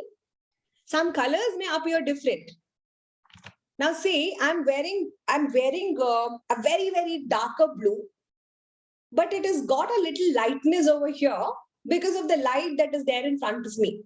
Can you relate it with me? So because of the adjacent environmental colors, the colors do change. Agree? So that's the reason when you're buying sari, when you're buying clothes, people say, subject to the changes in the photography. They always put that disclaimer. So this is because there is a slight illusion of a different color overlapping. Shadows could overlap, other adjacent colors could overlap, and the colors totally change. Correct? And this happens when small areas of colors are interspersed. Interspersed matlab, it is getting spread. Okay, I'm going to give you one such exercise over here. Now you're going to be telling me. Observe this. So we have some colors here. So some blue overlapping, red, and some intersections and all of that. Now I want you to answer one question. Are the colors different or it's the same in whichever is in the center? The red circles, are they same or are they different? Different, ma'am. Middle one, blue and light. They're different, correct? Yellows different, blues. Yellows is different, blues is different. Blues is also different, ma'am. How many of you will agree it is different? Correct. So most of you will say it is different. Now, let me do one thing. I'm going to do this practical exercise. I'm going to remove some colors. I removed something. Okay. So whatever was there in center, I've removed that. So now we're going to observe the middle circles. Still the middle circles are different. It's showing up different colors. One is showing red, one is showing a different color. Do you agree with me? I removed something from the first picture. Now also it is looking different. Now I removed something else. But now tell me, are the middle circles looking same or different? I didn't do anything to the middle circle. Same. Looking Same, ma'am. So what we have to understand here is the adjacent colors, the yellow and the blue were so dominant, it had a reflection on the inner red. That's the reason you could see the differences in the colors. So this is an optical illusion. It's called the Bezold effect. Agree? So we can have exercises like this, which gives it to our children. See, I slowly start removing the yellow. I dimmed yellow. I removed the lines which was intersecting my red. Now everybody is getting a concept. It's all the same red. Most of us got that. So that means our eyes can surprise our own selves. धोखा खा सकते हैं. खुद का धोखा हमारी आंखें ही दे देती है. If you are able to understand Hindi, our eyes can leave us surprise. Sometimes we go cheated by our own eyes. We see something different, but it was not the same thing. So what you need to do is see they're all same. As I mentioned, they're all same. So this is called the Bezold effect. So it's all about illusion. So that's the reason you have to observe. Whenever there are multiple things involved, observe the colors around them and don't choose it. Okay, if you see the olden days, like, you know, my mom and other ones, if they're buying silk sari, they never buy when they're in the shop.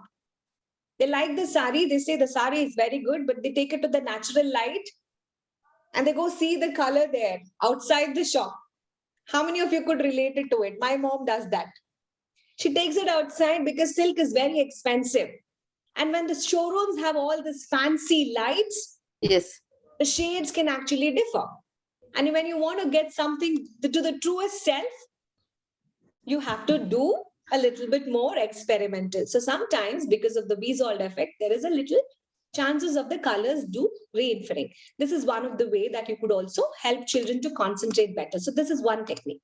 Let's move to the next one. The next one is called the Erickson's flanker task. It's called the Erickson flanker task. Are you ready for it? You can note it down. These are amazing techniques, I tell you. They might look very, very simple, but they're profound. They're very, very profound. So, when you agree with something, when you agree with me, we become what? Congruent. Say this, everyone. When you agree with me, you're congruent with me. You say, yes, Divya, what you're saying is correct. You're congruent with me. When you disagree with me, you're incongruent. Correct? You say yes, yes, yes, yes, yes, or you say no, no, no, no, no. When you say yes, yes, yes, no, you're incongruent. Something is clashing which made you to say this. Are you with me? So this effect is totally on that. This effect is totally on that. So Erickson flanker task was a person who developed a psychological task which helped children to concentrate better for a piece of information. Okay, so you should not get disturbed with other information around you. There's so much which is actually happening around you. When I give you this, look at the information. When I give you this, there's so much of an information. What you should be focusing on, one thing which is different. Your eye should go there. So children should not get distracted by what is happening around them. Are you with me? One piece of information is what they need to be working on. So this is the aim of this particular technique. And he said yes. So we're going to be doing that. So I'm going to give you a game for this. I'm going to give you a game for this. Whenever you see letter K, you say right. Okay? Whenever you see letter C, you say left. Easy? When you see letter K, you say right. When you see letter C, you say left. That's it. And in between of this, I will put H. And whenever there is H, you will say H only. For example, when I write like this, what would you say? H, H, H, left. Okay? When I say this way, what would you say? Right, H, H, left. You got it? For your understanding, you can write it somewhere in your book. What is K, what is C? So that you will not get confused for the very first time. This is K, this is F. Okay? Okay. So, called children, it's called Erickson's flanker task. Okay, so this works very well when you have letters, apart from any other patterns as such, because this helps you to concentrate better. There'll be so much of distraction around that, but whenever that letter appears in the middle of the series, for K, you will say right. For letter C, you will say left. Whatever are your response rates, I'm going to be measuring. I'm going to be muting all of you, but you will be reading to your own self. The moment you are read wrong, you start all over again. So that's going to be the rule. Are you with me? Shall we do that? Yeah. Yes. Yes. Okay. So this is what is the first thing.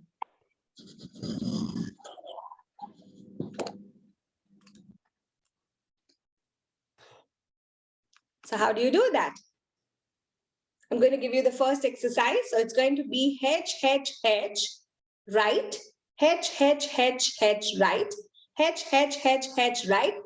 right, H, right, H, right, H.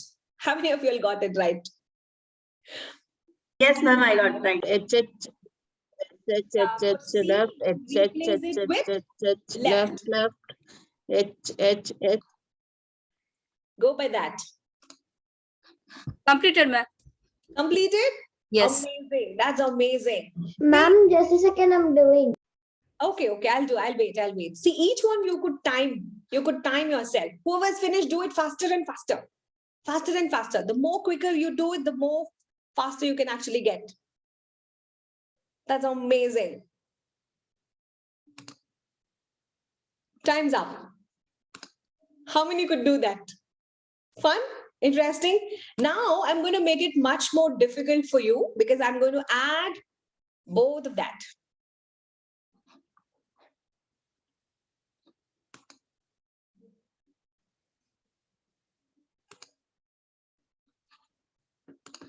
Sorry for unsharing it.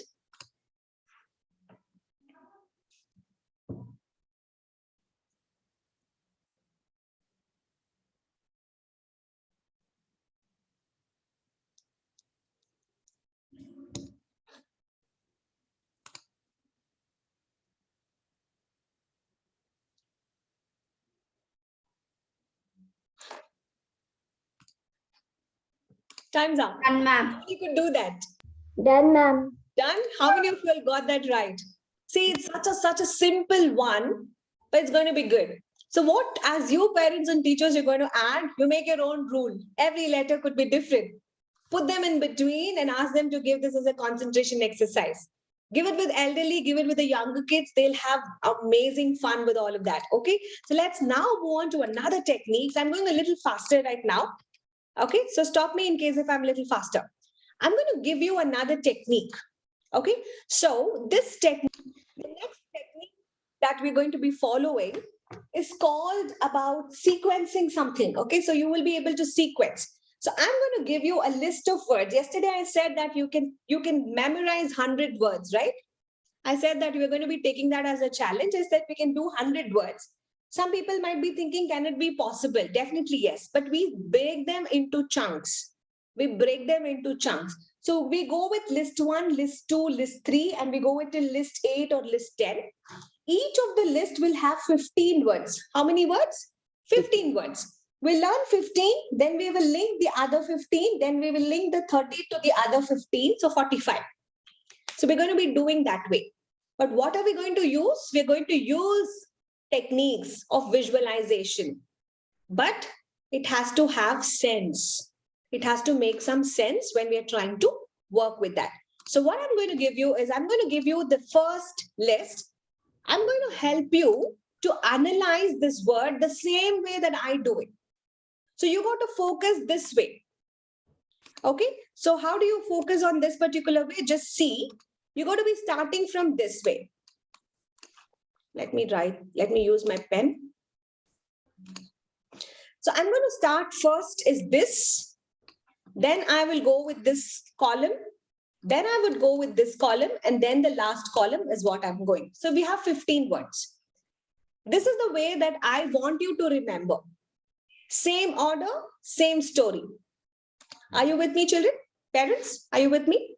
We're going to learn all these 15 words, not more than in 3 minutes. And we will be able to write within the same seconds. Here we go. Coffee, bottle, Here we go. We will not do a rote learning. We will learn it through a technique. I heard a drum bell sound when I was drinking coffee. I opened the curtain and saw near the school, there was a parent standing near the flower garden. He wore a hat.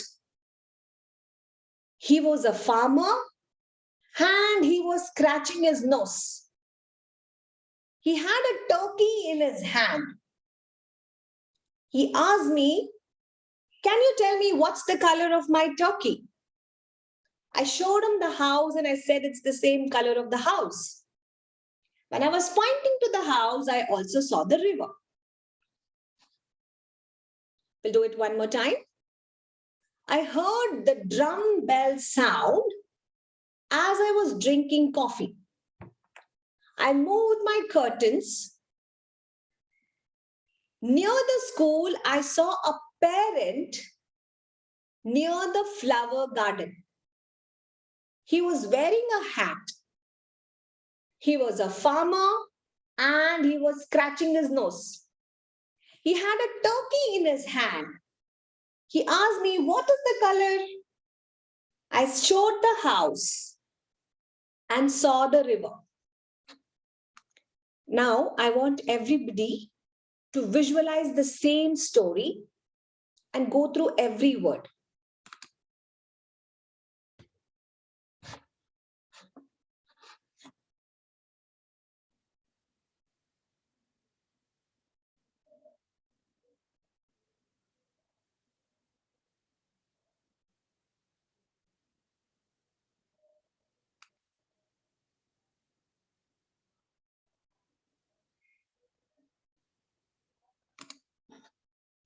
Stop.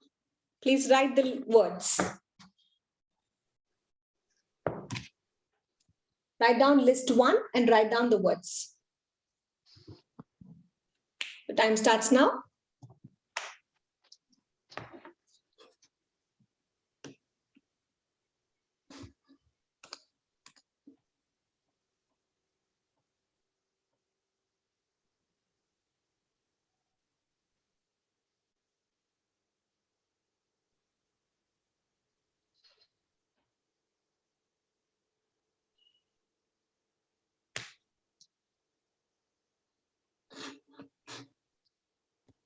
Done. If you're completed, you can put in the chat. Okay, Banani completed. All words, all 15? Yes, ma'am. Yes, ma'am. Mahira, all 15? Amazing, amazing. How many of you? Pavitra, all 15?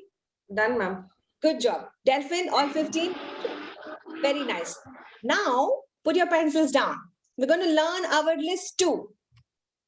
Now, who's going to tell me a story for list 2? Because we're all going to be making the same story of that person. Who want to volunteer? I'll show you the picture. I'll give you a moment. Give you a moment to see the list 2. Have I shared the screen? Okay. So I'm going to give you list 2. We're all going to remember in your own story. This is our list 2. Observe it.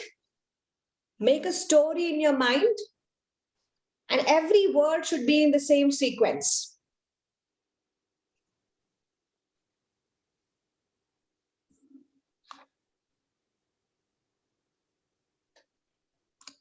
Who's going to tell me their story? Who's going to tell me a story? Everybody is going to be aligning to their story only. Because that's the power of storytelling. Who's going to tell me the story? Okay, Bhavagna, you want to say the story? Yeah. Yes. Go with it. Can you say me one meaning bit? What is the meaning of ranger? Ranger is a bike. Oh, okay. I was sitting near the desk. I saw a ranger. He was driving it, and when I looked up, I saw a bird flying in the sky, and I wanted to go. I wanted to go to the park so that I was wearing my shoe. Next. And Bhavitya, you can't repeat. It has to have a link. Okay, we'll start all over again. Yes. Okay. Start from the beginning. Okay. I was near a desk. I saw a ranger driving it, and when I looked up in the sky, I saw a bird flying, and I wanted to go to the park so that I wore my shoe and I started going. I saw a man putting on this Stove. putting on the stove, and I saw the right side of my side. I saw a mountain. It was like ice glasses, and I saw a man. I saw a man cleaning himself with the towel, and when I saw up the clouds, it was black in color and black in color, and it started raining. Down in this next down when I was near a sea. In that I saw a boat sailing through the sea. And I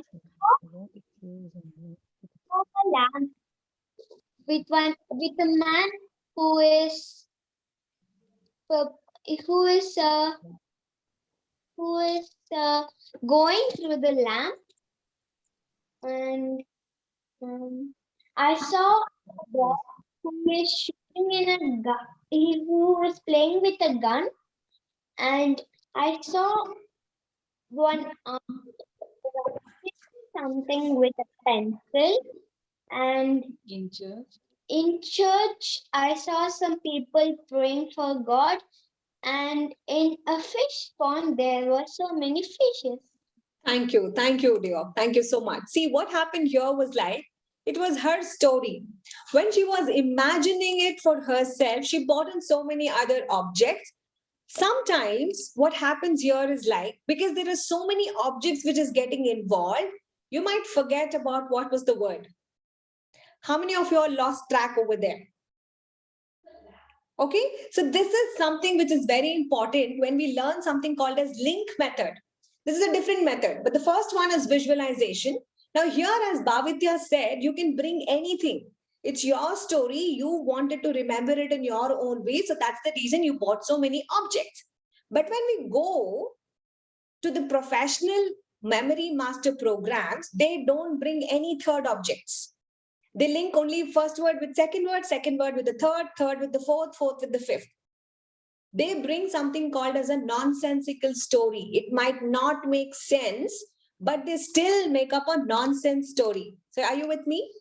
What is a nonsense story? You have to make a nonsense story. The desk was sitting on the ranger. It gave the lift to the bird. Can a desk drive the ranger? Impossible. It's nonsense.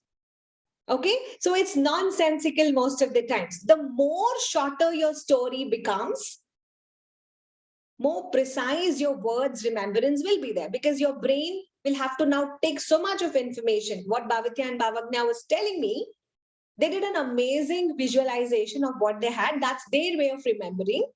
But going forward, you'll have to cut down so much of narration. You'll have to only focus on the words. Now I will leave it to each one of you, whichever way that you want to picturize, and I want all the 15 words. I'll give you how many minutes? 1 minute to practice. The time starts now.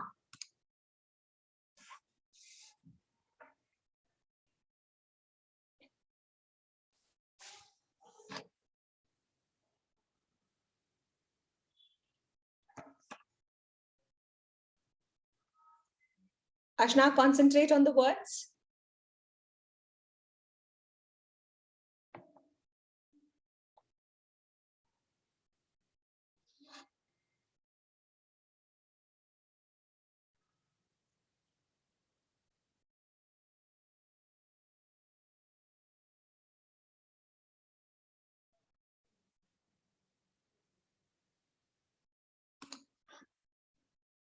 Time's up. Start to write.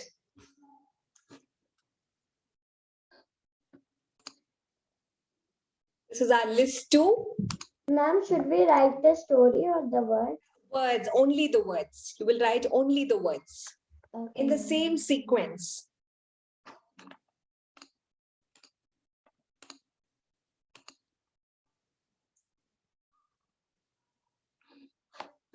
In the same sequence, you do that, children and parents. Nitya, amazing. Kani, very good. Students who have written the second time,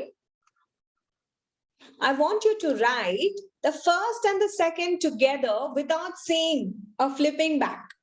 Ma'am, my mother is done. Mama is done. Okay, that's amazing.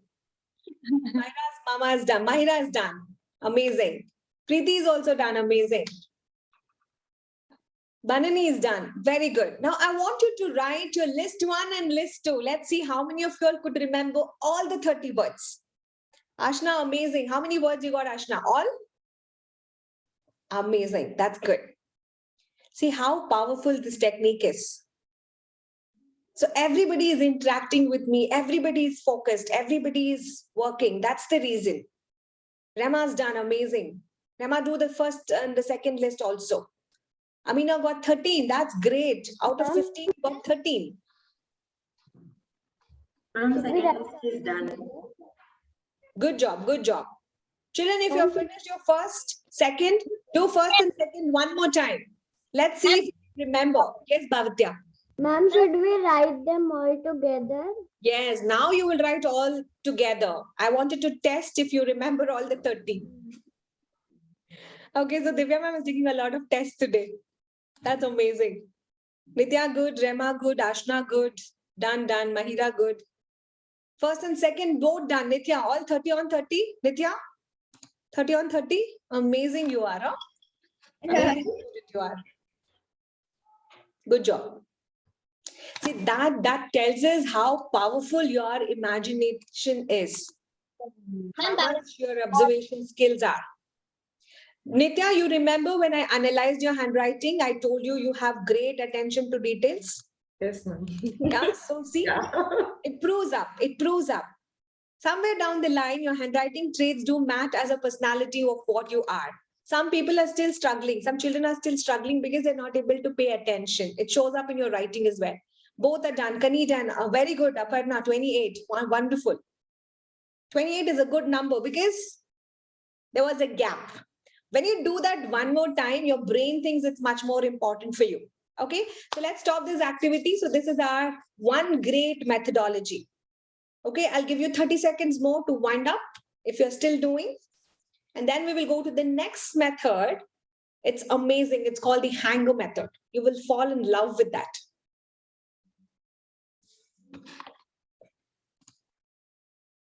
So guys, what I want you to do is like, so you can take this as an activity.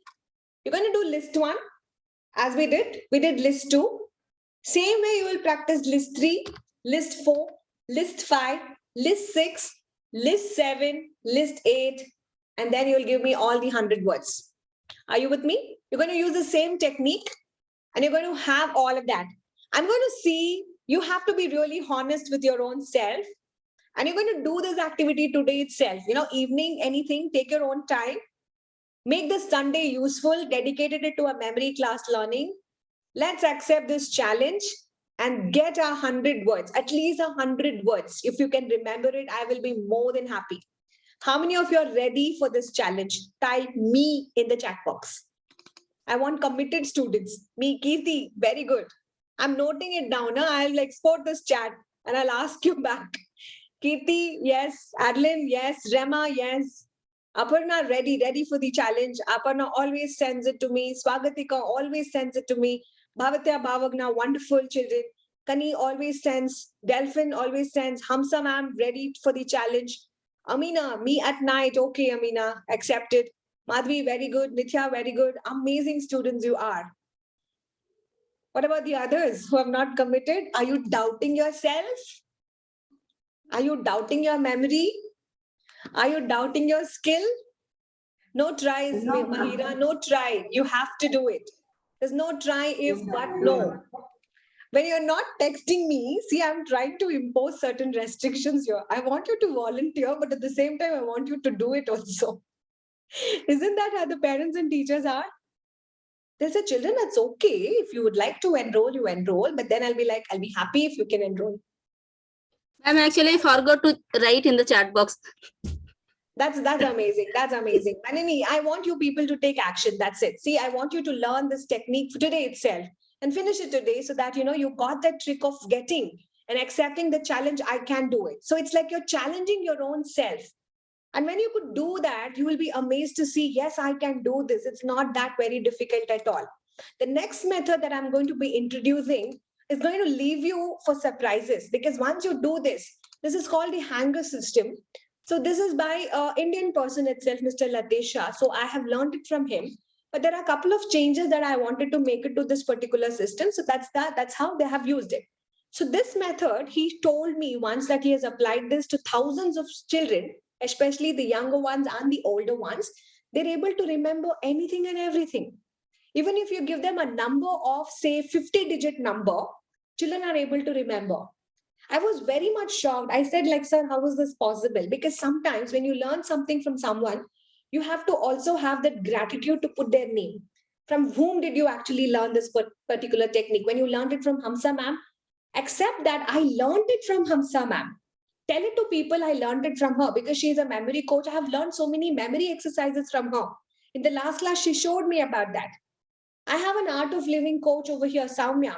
Even though she is my student, I learned so many techniques from Soumya itself. Okay, so even though they are my students, I am constantly learning from them one thing or the other. So we have Hamsa ma'am and we have Soumya. Hamsa ma'am herself is a memory trainer. She does amazing hand exercises, which I cannot do it. Okay, when you're using both sides of your hands to do a particular exercise, it's like you're trying to stimulate both sides of your brain. She challenges students. Every day she challenges, can you do this? Can you do that? Can you do this? Can you do that? And children go on and on to her just to learn those finger exercises. And Hamsa ma'am is like, she does amazing things to help these children, and she becomes a kid with them. And when she does that, that's amazing. So is with Soumya. Soumya does a lot of concentration. When she does affirmations, she and her husband, when they do affirmations to you, you get into a trance state. You feel you're blessed. You'll feel like, you have so much in abundance. That's the power of, putting everybody towards that. And that's the reason they do in Art of Living, especially. That's the reason they gather 200 people meditating together, because 200 energies are together and they're trying to work towards the same goal. The energies is what it'll actually ripple more. The energies of arts, what we emit, what we get, is somewhere down the line, it is our frequency also. Only when our frequencies match, our energy matches. Only when I'm like-minded to learn from Hamsa ma'am, and only when Hamsa ma'am has got the like-minded to learn from me, our energies resonate. We learn from one another. If I have pride, if I have ego, why should I learn from her? I know this technique. It doesn't match. You don't sync well. So whenever there is an opportunity, please be thankful to that person. I learned it from her. I learned it from her. I'm implementing. The more you are grateful to those people, the more people you will still be in connection with. I will remember Hamsa ma'am for the lifetime, because she taught me so many hand exercises, which I use it sometimes in my classes. 1 or 2 tips she shared it with me, and I still use that. I remember Soumya for the lifetime because she did a seminar for me. For all my teachers, I remember her for all my life, because that was something which was mesmerizing, that moment. So always do this. Whoever teaches you, remember the name of that person. So that's the reason I put this person's name, and that's the reason I keep telling who I learned it from. You can get inspired, you can get touched, you can get motivated by many people. Who is that person? You write it. So I learned it from this person, and he said he has used it for different people. But I did not want it to copy his own system, so I've changed it. So since I'm dealing with preschoolers most of the time, this technique also I will relate it to parents. One, what rhymes with one? What rhymes with one? 1, 2, 5. So this is a hanger system. So I have given 1 to 10 numbers, and for every number, I'm going to give you a picture. And this picture, you will have to remember with the number. Earlier, it was only the picture that we were remembering, right? Now you have to remember the picture and the number together. To make it easy, 1 rhymes with bun. 1 bun. Remember that. Observe the picture, observe the number. Anytime you see number 1 anywhere, what should come to your mind? Bun. Bun. Got it? So this is the hanger system. Observe the number, observe the picture. So you will remember now 1 and bun, both. 2, shoe. Observe, have a mental image. See, children, you don't have to memorize. You don't have to memorize. Just observe, visualize. It's like a movie. When you go to a movie theater, you don't sit under pressure of memorizing. Only observe, listen. 2 shoe, 1 bun. Take a picture. 3 tree.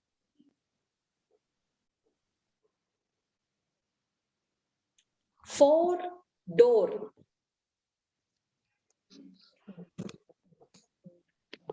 5 hive.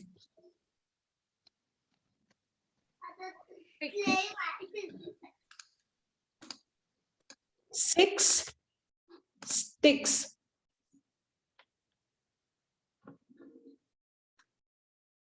7 heaven.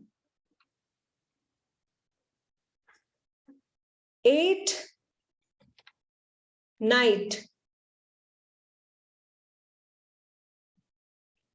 9 line. 0 hero.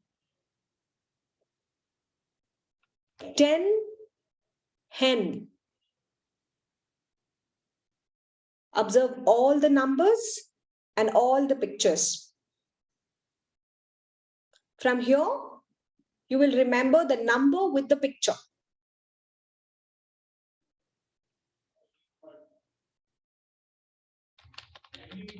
I'm going again. So it is rhyming, children. It's rhyming. 1 rhymes with bun. 1 bun. 2 shoe. 2, 3 3, 3, 4 door, 4 door, 5 5 hive, 6 sticks, 7 heaven, 8 9 Night. 9 line, 0 hero, 10 hen. 10 hen. Now if I ask you a question, which number is 3? 3, ma'am, 3. Hero? 0, Line? 9, What is in 6? 6. 8? Light. 9. heaven, 7. bun, Hen? 10, Okay. Shoe? 2, Shoe is 2? Okay. So you learned the hanger system. Now you got to understand this. Now, if I give you anything nonsensical, you will have to remember that. See, all these memory masters, what they will do is they will have this hanger system. Okay, they will have some image for some number. And when they tell them to remember, okay, so how does the memory mastery, these things happen, competitions? They will all shut their eyes. They are made to concentrate, to put their heads onto the desk, and they will only concentrate on the numbers. And the instruction goes like this: 1, 8, 9, 7, 6, 2, 4, 3, 5. So what did they imagine? They remembered all those numbers. They imagined all those beautiful numbers. Even when they say 3,355, they will be able to get those pictures. And that's how it actually gets into the grand memory mastery challenges and all of that. So this is just for 10. Now, what if we go beyond? What if we go beyond? What if I give you hangers for other things? Now, this is the hanger system that you have to memorize. You have to by heart. Anytime that I ask you 4, you have to say door. 4 is door, 7 is heaven, 8 is night, 9 is 9, hero is 0, hen is 10, shoe is 2, bun is 1. Are you with me? Yes. Why do we do that? It becomes easy. Now, what did Bhavitya and Bhavaka do? When I asked them to imagine, it was wild imagination, which most of us, we lost track. 7, 8. Correct? So most of us, we actually lost our track. 0, 10, hen. Correct? So most of us, we lost the track there. So to get ourselves aligned with our imagination, we go with the hanger system. So there's no confusion. Any word, if I replace it here from now on, any word, if I replace it from now on here, it is the same thing. For example, if I'm giving you this set of words, you have to have a nonsensical logic. One is cloud. Earlier I said one bun. Imagine a cloud eating the bun. Are you with me? One is bun. So any word now you will be able to remember. If I say what's in the 9th position, 9th, you imagine dog. What was actual 9? 9 line. The dog is walking on a line. Imagine that way. You have to link with whatever we had it. Are you with me? Everyone? Yeah. Are you with me? Now, what is for mirror? Say, what is for my, this thing? See, to make it easier, I'll put this picture. Now, what if I say 6 was bed? There were so many sticks on the bed. You can remember like that. So whichever words I give you in future, the hanger system is the same. 1 to 10 is the same. So you will start remembering your nonsensical story like this. Cloud was eating the bun. Stove was wearing the shoe. Bird was on the tree. Tub was on the door. Mirror was on the hive. Sticks were on the bed. Doll was in the heaven. Bike was in the night. Dog was on a line. Elephant was saved by a hero. Found a hen in the forest. Was it easy to remember? Yeah. So that means I did not bring the third object. The more third objects you start bringing, it becomes very, very difficult. Now you can add more and more words to it, but your hangers will remain the same. Let's do for 11 to 12. Okay. So let's do for 11 to 12. How does the 11 look like? Chopsticks? Correct? 11 looks like chopsticks? Yes, yes. Chopsticks? Agree with me? Yeah. Okay. So what is the next thing? After 11 that I wanted to share was my 12.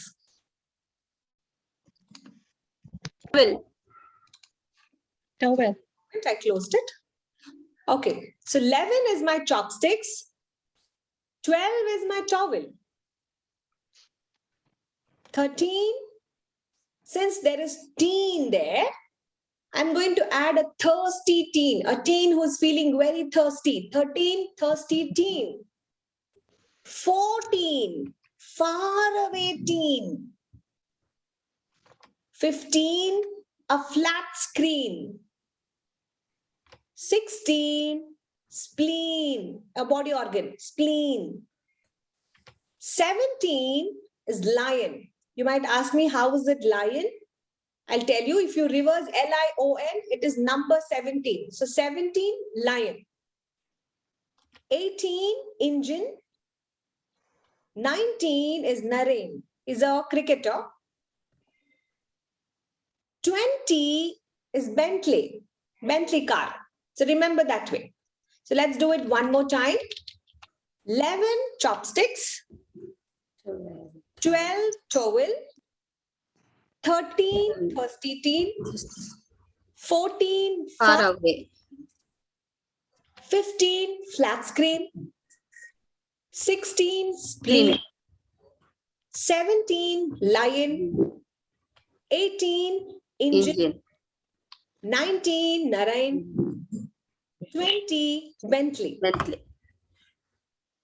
Observe for 1 minute because you're learning for the first time. You have to remember the number and the picture.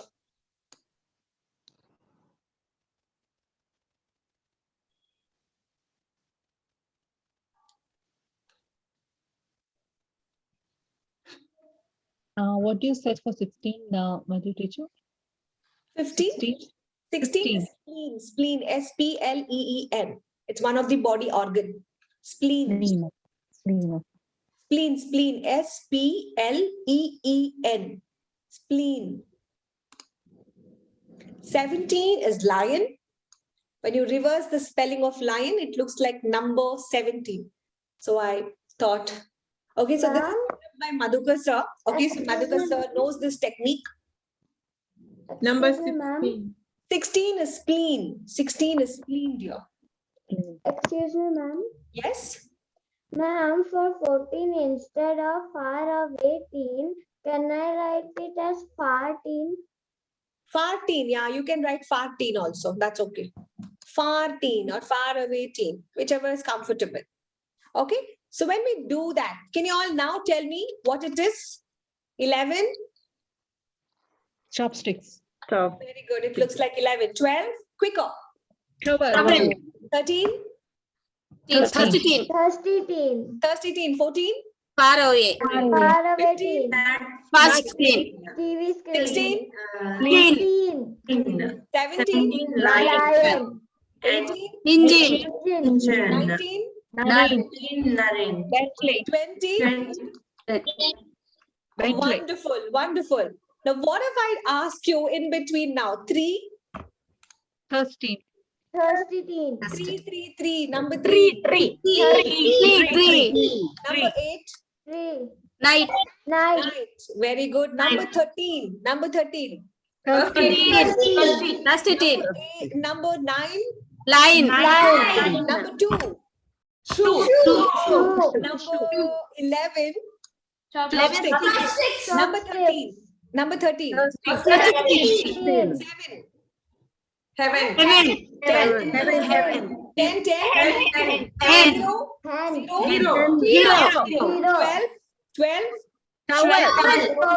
20. 17. Lion. Very good. 16. Spleen. Very good. So this was very important. Now what happened is you need to apply this technique to all this. Okay, when you read these words, you have to make a nonsensical story. The first word Ma'am, is what is that ninth one? ninth one. 19th one. 19th one is Narain. Narain is a cricketer. Narain is a cricketer. See the spelling. See, I've given you here. If you want to take a screenshot, please take it. I'll give you a moment. He's a West Indies cricketer. He's a West Indies cricket player. Ma'am, I can't see the spelling. Nariane. 19. Beta, can you see? I've shared the screen. See here, 19. Nariane. Narain. Bentley. Okay, so it's actually pronounced as Bentley, but for this activity, you can call it as Bentley. Okay, so that's okay. Okay, you memorized? So, when you join to the advanced courses, you will have hangers for hundreds, till 100. So now it becomes easy. Now what happens when you apply this system? When you apply this system, and you have to apply a nonsensical story to it. Now, when I give you a word called window, you can imagine anything nonsensical, as if window is vomiting. Does window vomit? No. Anything that is unusual, it reminds and it remains in our brain for a longer period of time. Yesterday, we took an example of Ashna. She was wearing that headgear, which looked like an elephant ears. So that was unusual, right? So it was not a very profoundly, we don't see. But in case if she had it, it was really good. Home. Imagine as if your home is flying. Birds flying is usual. What of a home flying? Just imagine your home is flying. Key, we use it to open it. But what if your key is dancing? You see a key dancing. Just imagine. A train as if it's bathing. So why I'm giving you this is this technique will apply good when your imagination is really good. And your imagination should be nonsense. It should not make sense. It should not be logical. It should be nonsense. We always say, now, what is this nonsense? So now you have to always, you can also use this as a technique. So that's wonderful. So you will apply to this. Now remember this list of words with the number. How do you remember the number? With the word 1. So what should come to your head? Bun and cloud together. Imagine cloud eating the bun. Okay, imagine like that. Second word is stove. 2 is shoe. Imagine you trying to fit the stove inside your shoe. Imagine like that. Imagine that. Trying to put stove inside the shoe. Third, bird and tree. Very usual. Usually bird sits on the tree. Now imagine a tree is sitting on the bird. Unusual. Okay. 4, tub. Door and tub. You're trying to open the door with the tub. You're trying to push it with the tub. Maybe the tub is going and kicking the door. Imagine whatever you want. I want each one of you all to imagine now. Because I'm going to ask you what was in 5, what was in 8, what was in 9. You should tell me that. Your time starts now. Sleep on the bed.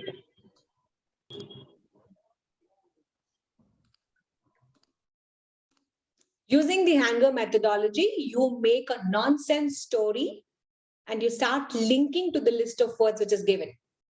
We use this technique. Why? Because you could remember it better and your story would fall under sequence. And we don't want to introduce you to much other words altogether.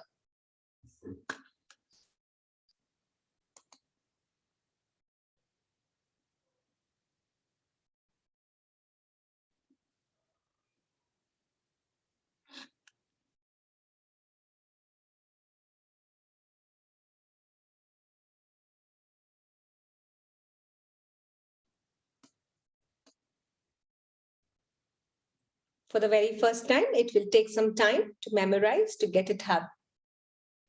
But if you are practicing this and if you're having these hangers throughout, for the same number, it's the same object, it becomes easy for you. I'll stop over here. Try to recollect the words. If you would like to write it, you write it. If you're able to recollect it in your mind, you can keep it in your mind.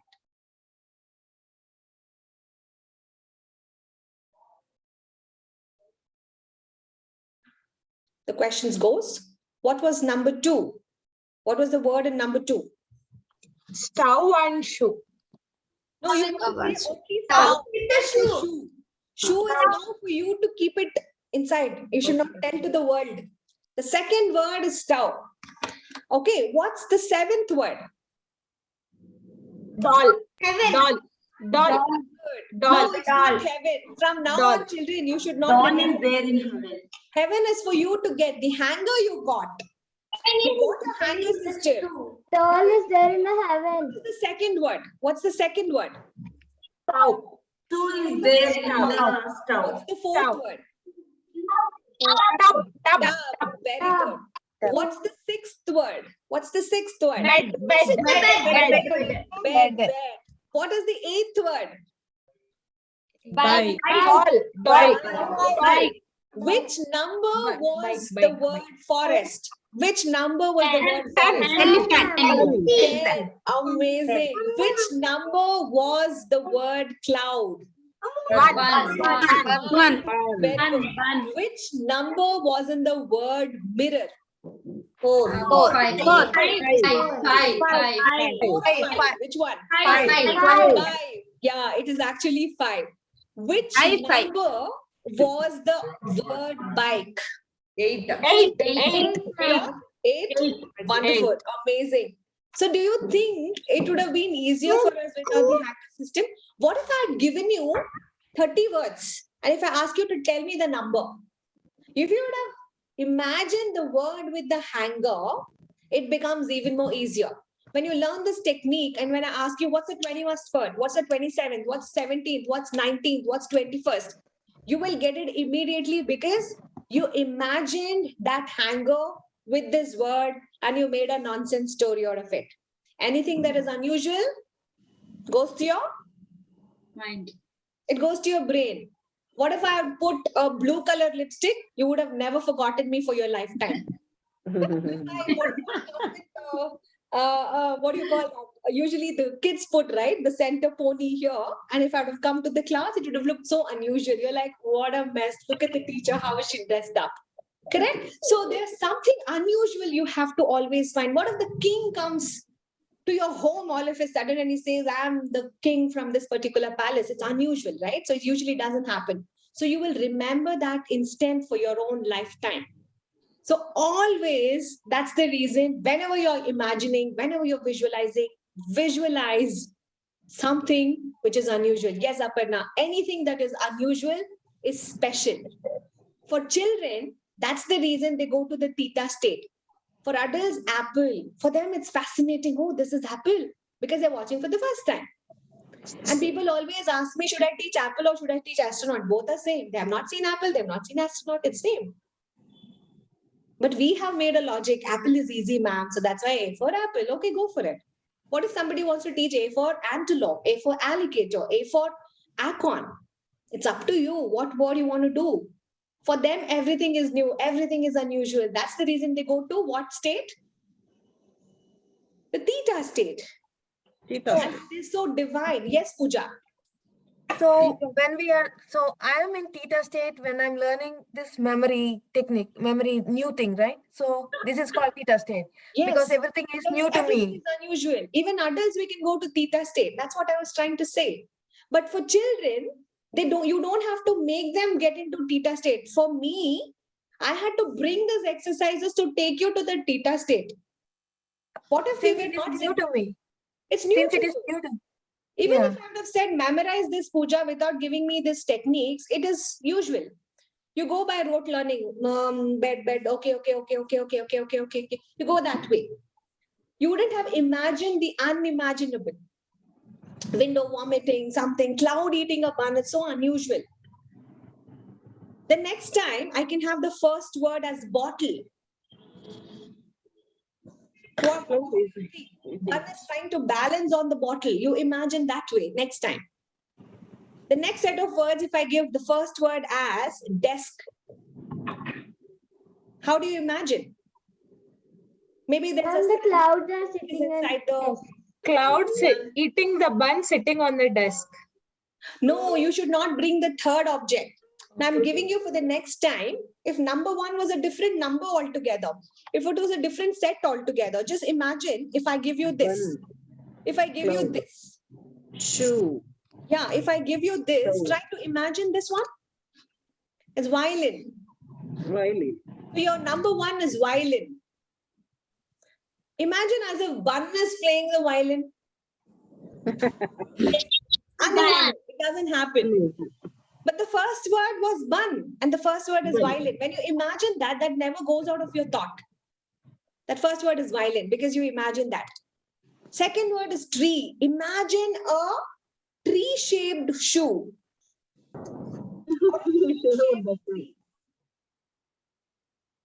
You're getting me?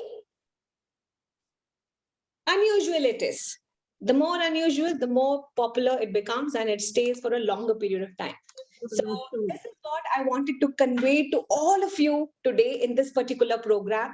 But we have many, many more programs. We have link methodology. We have even methods to remember the long words. You can remember your period. Remember your chemical formulas, history dates, event dates, anniversaries, different things altogether. Not about that. Countries, currencies, oceans, specifications, different parts of the globe, anything and everything, biology, chemistry, any subject that you want, there are different techniques for all of that.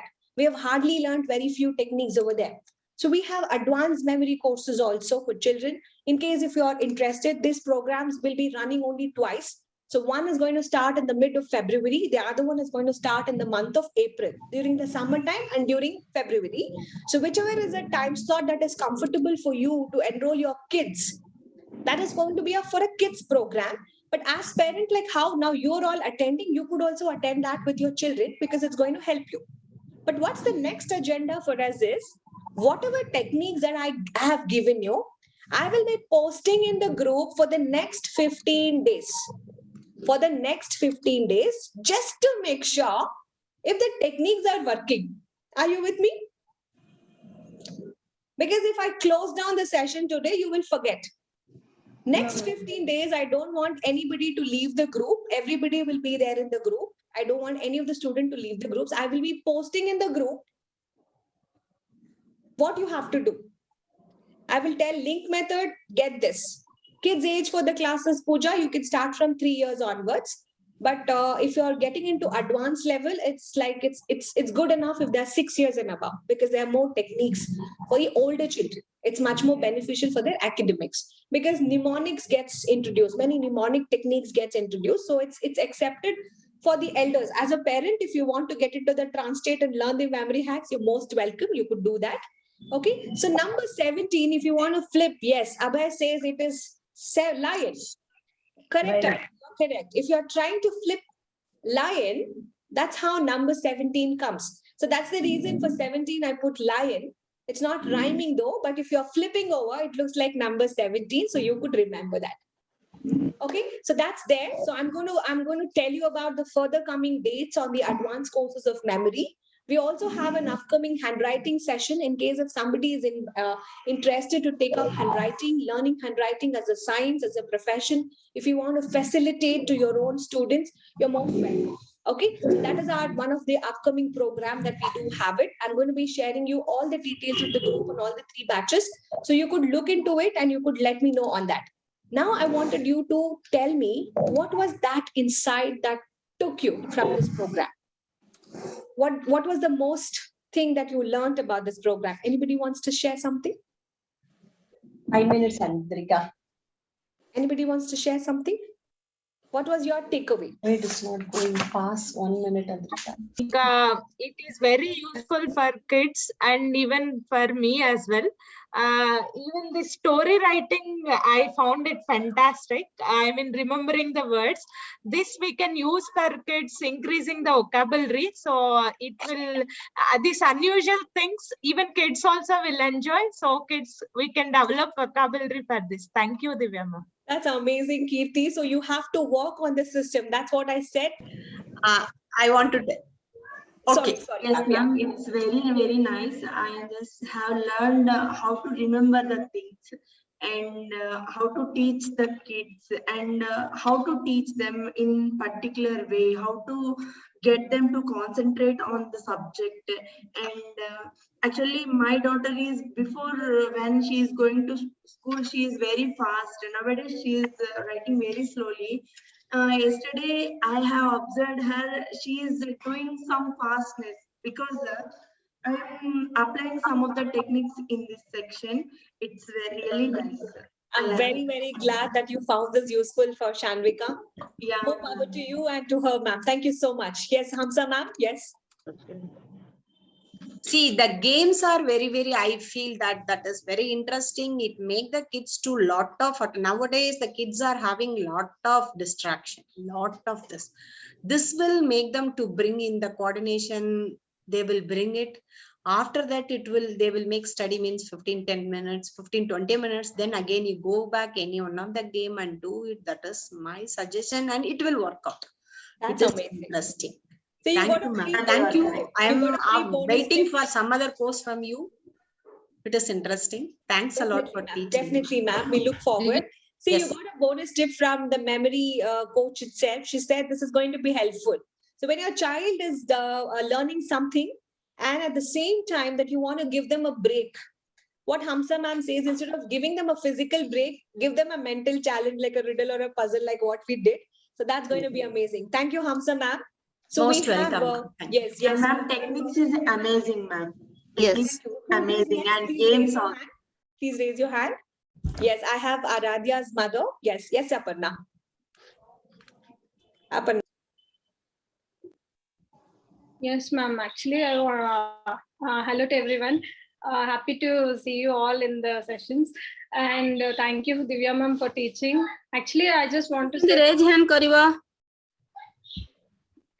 I just want to say this in one word: learning with fun. Just that, I felt that only, and of course, memorizing it without any stress to the brain, and enjoying the memorizing techniques. Yeah, thank you, ma'am. Thank you so much. See, this is what is about what we see usually in movies. So there's no stress, but we watch movie and the visuals help us to remember for a longer period of time. Thank you, Aparna, for sharing that. Nitya here. Preeti, yes. Hi to everyone. Just like all I want my daughters to do well in their life. So for any person to be successful in life, we need to build certain qualities. So these qualities will make them definitely successful in life, like how to boost the self-confidence, how to face the challenges, to overcome more classes from Divya ma'am. That these girls being part of TBPS family members, they will definitely do well. And currently in GNS, they are doing really good, ma'am. So that's all because of you. So we are looking more classes from your end so that they will be on track. So being successful is this is what. It's not only making more money, it is just that how happily to live their life. So these techniques, like how to build their confidence, how to express their thoughts, how to deal with challenges. So I'm pretty sure these things will help them. These things will mold them well in their career as well in the queue. Thank you, Preeti. So we're going to be looking forward for more such techniques, which is going to be helpful for the girls as well in future. So we look forward to get associated with the further programs. Thank you. Banani, you have to unmute. Banani, please unmute. Yes, ma'am. Actually, this workshop is first time I joined. It was very interesting also. And especially for the memory part and the all activities was very interesting. It is not only helpful for the kids, for us also elders also. So definitely I will utilize in my personal life, for my kids and for me also. I practice daily. Definitely I'm going to practice all these things, ma'am. I'm very happy to get to know that you're going to be applying it for yourself, for your personality. Yes, ma'am. Yes, ma'am. Definitely. Happy to hear that. Thank you. Thank you. Good. Thank you so much, ma'am. Thank you so much.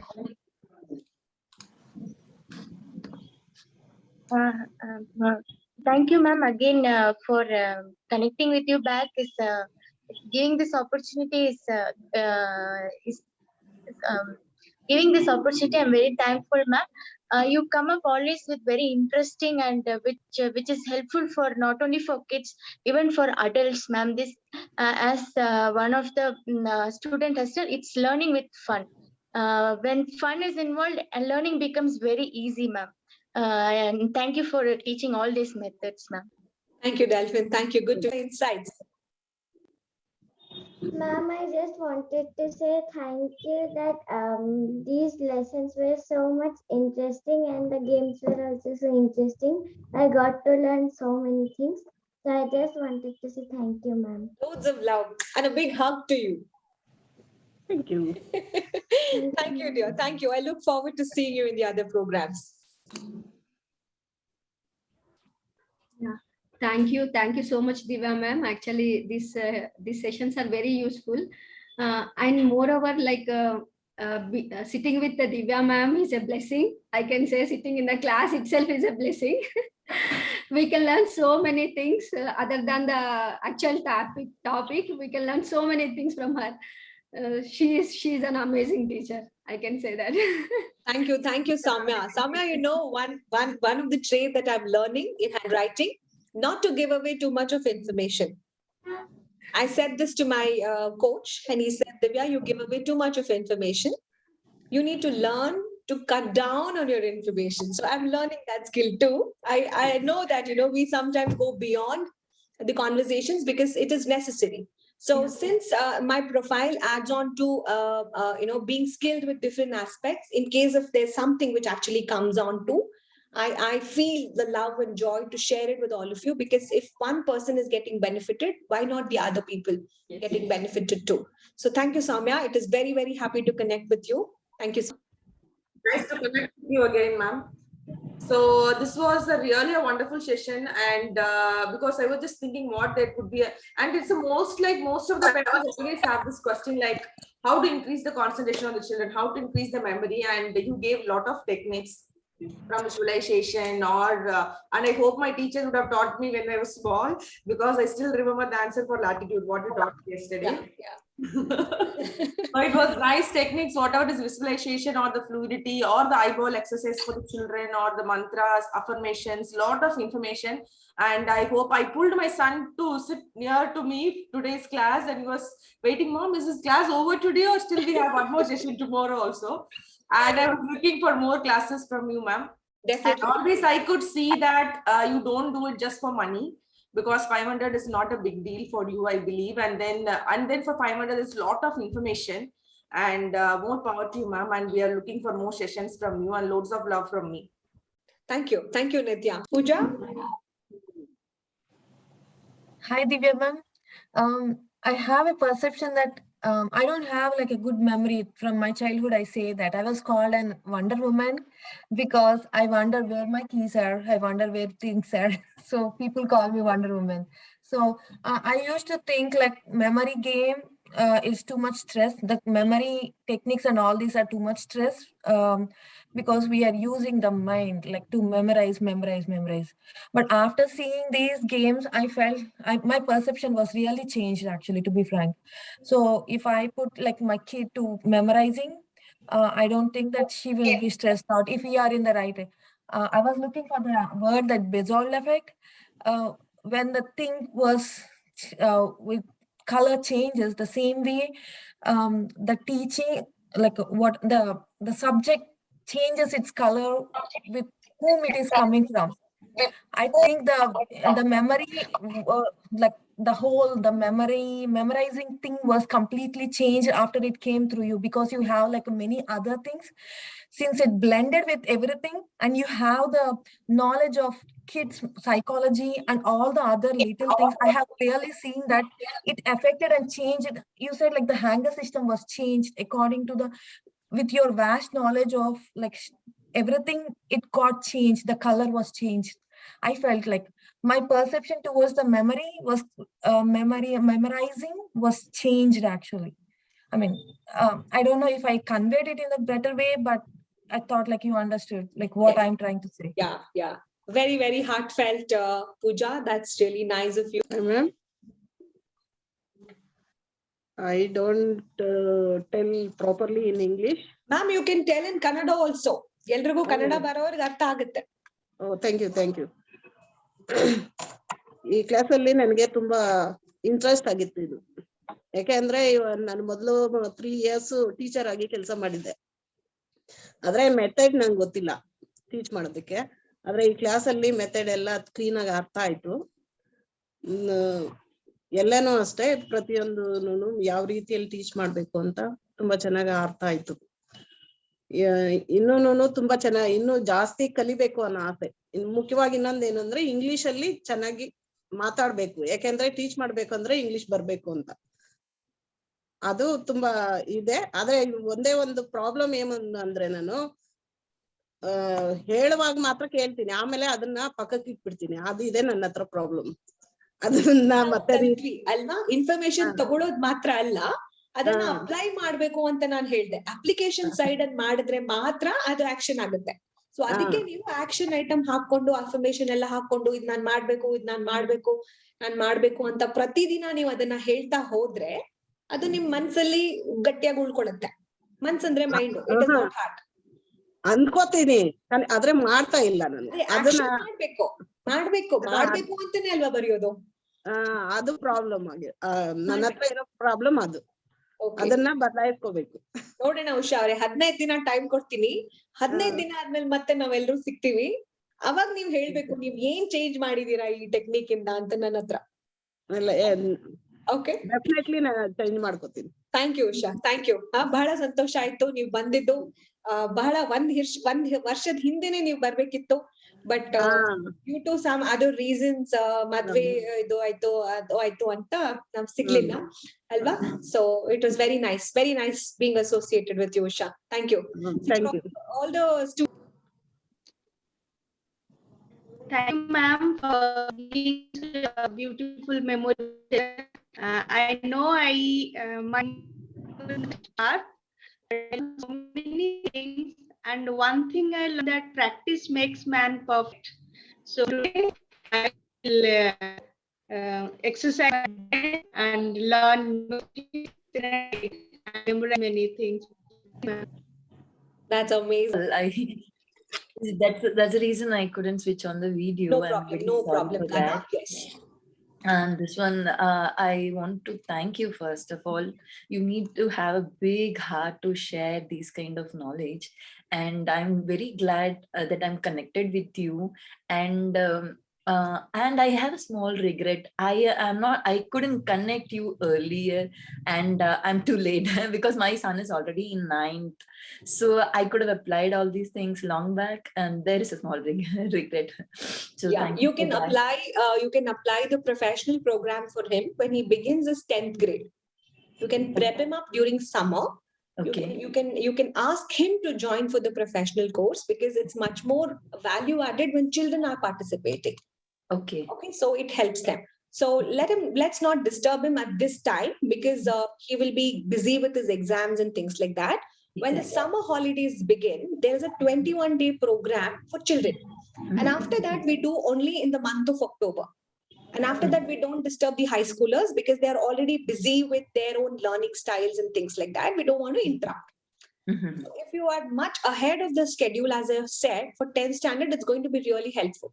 I have even my son being enrolled into that program. I do have some of my friends' kids who are enrolling me and the other members of 10th standard students. We're only targeting the 10th standard students. Okay. Which is going to help them. So it's on a professional level because there is so much on periodic tables, there is so much on organic formulas, chemical formulas, mathematical formulas, and other things, which is same across the boards. Okay.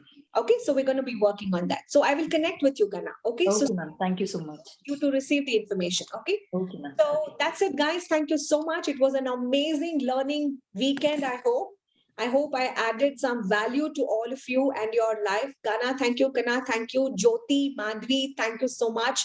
Abhay, thank you. Abhay has a technical issue, so he could not harness the camera. That's absolutely understood. Thank you all. So stay in the group, enjoy learning, and create challenges at your own home environment. Okay, so I will see you soon. Excuse me, ma'am. Shamika want to talk something. Oh, yeah. Tell me, Shamika. In my school, grade 1 is there. Yes, grade 1 is there. Okay. We have grade 1 and grade 2. Huh? You teach me well. Yeah, okay. I teach you well. Yeah, I'm still your Kannada teacher and your computer teacher. Okay. So when you come down to grade 1, I will still be your teacher for 2 of the subjects. Kannada. Yes, I And will. English. No, English is a different teacher. I teach only Kannada and computer science. No. She likes much this TVPS. She want to continue her grade 1 in here only. She's telling that she likes Kannada, English, everything, all subjects.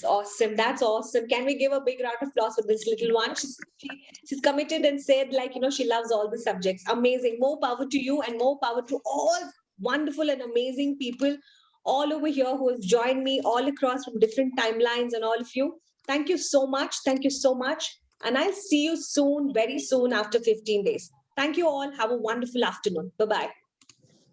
Thank you, ma'am. Thank you. Bye. Can we hear a Bye, ma'am. Thank you so much, ma'am. Thank you so much. Lots of love and lots of hugs to each one of you. Bye-bye. See you.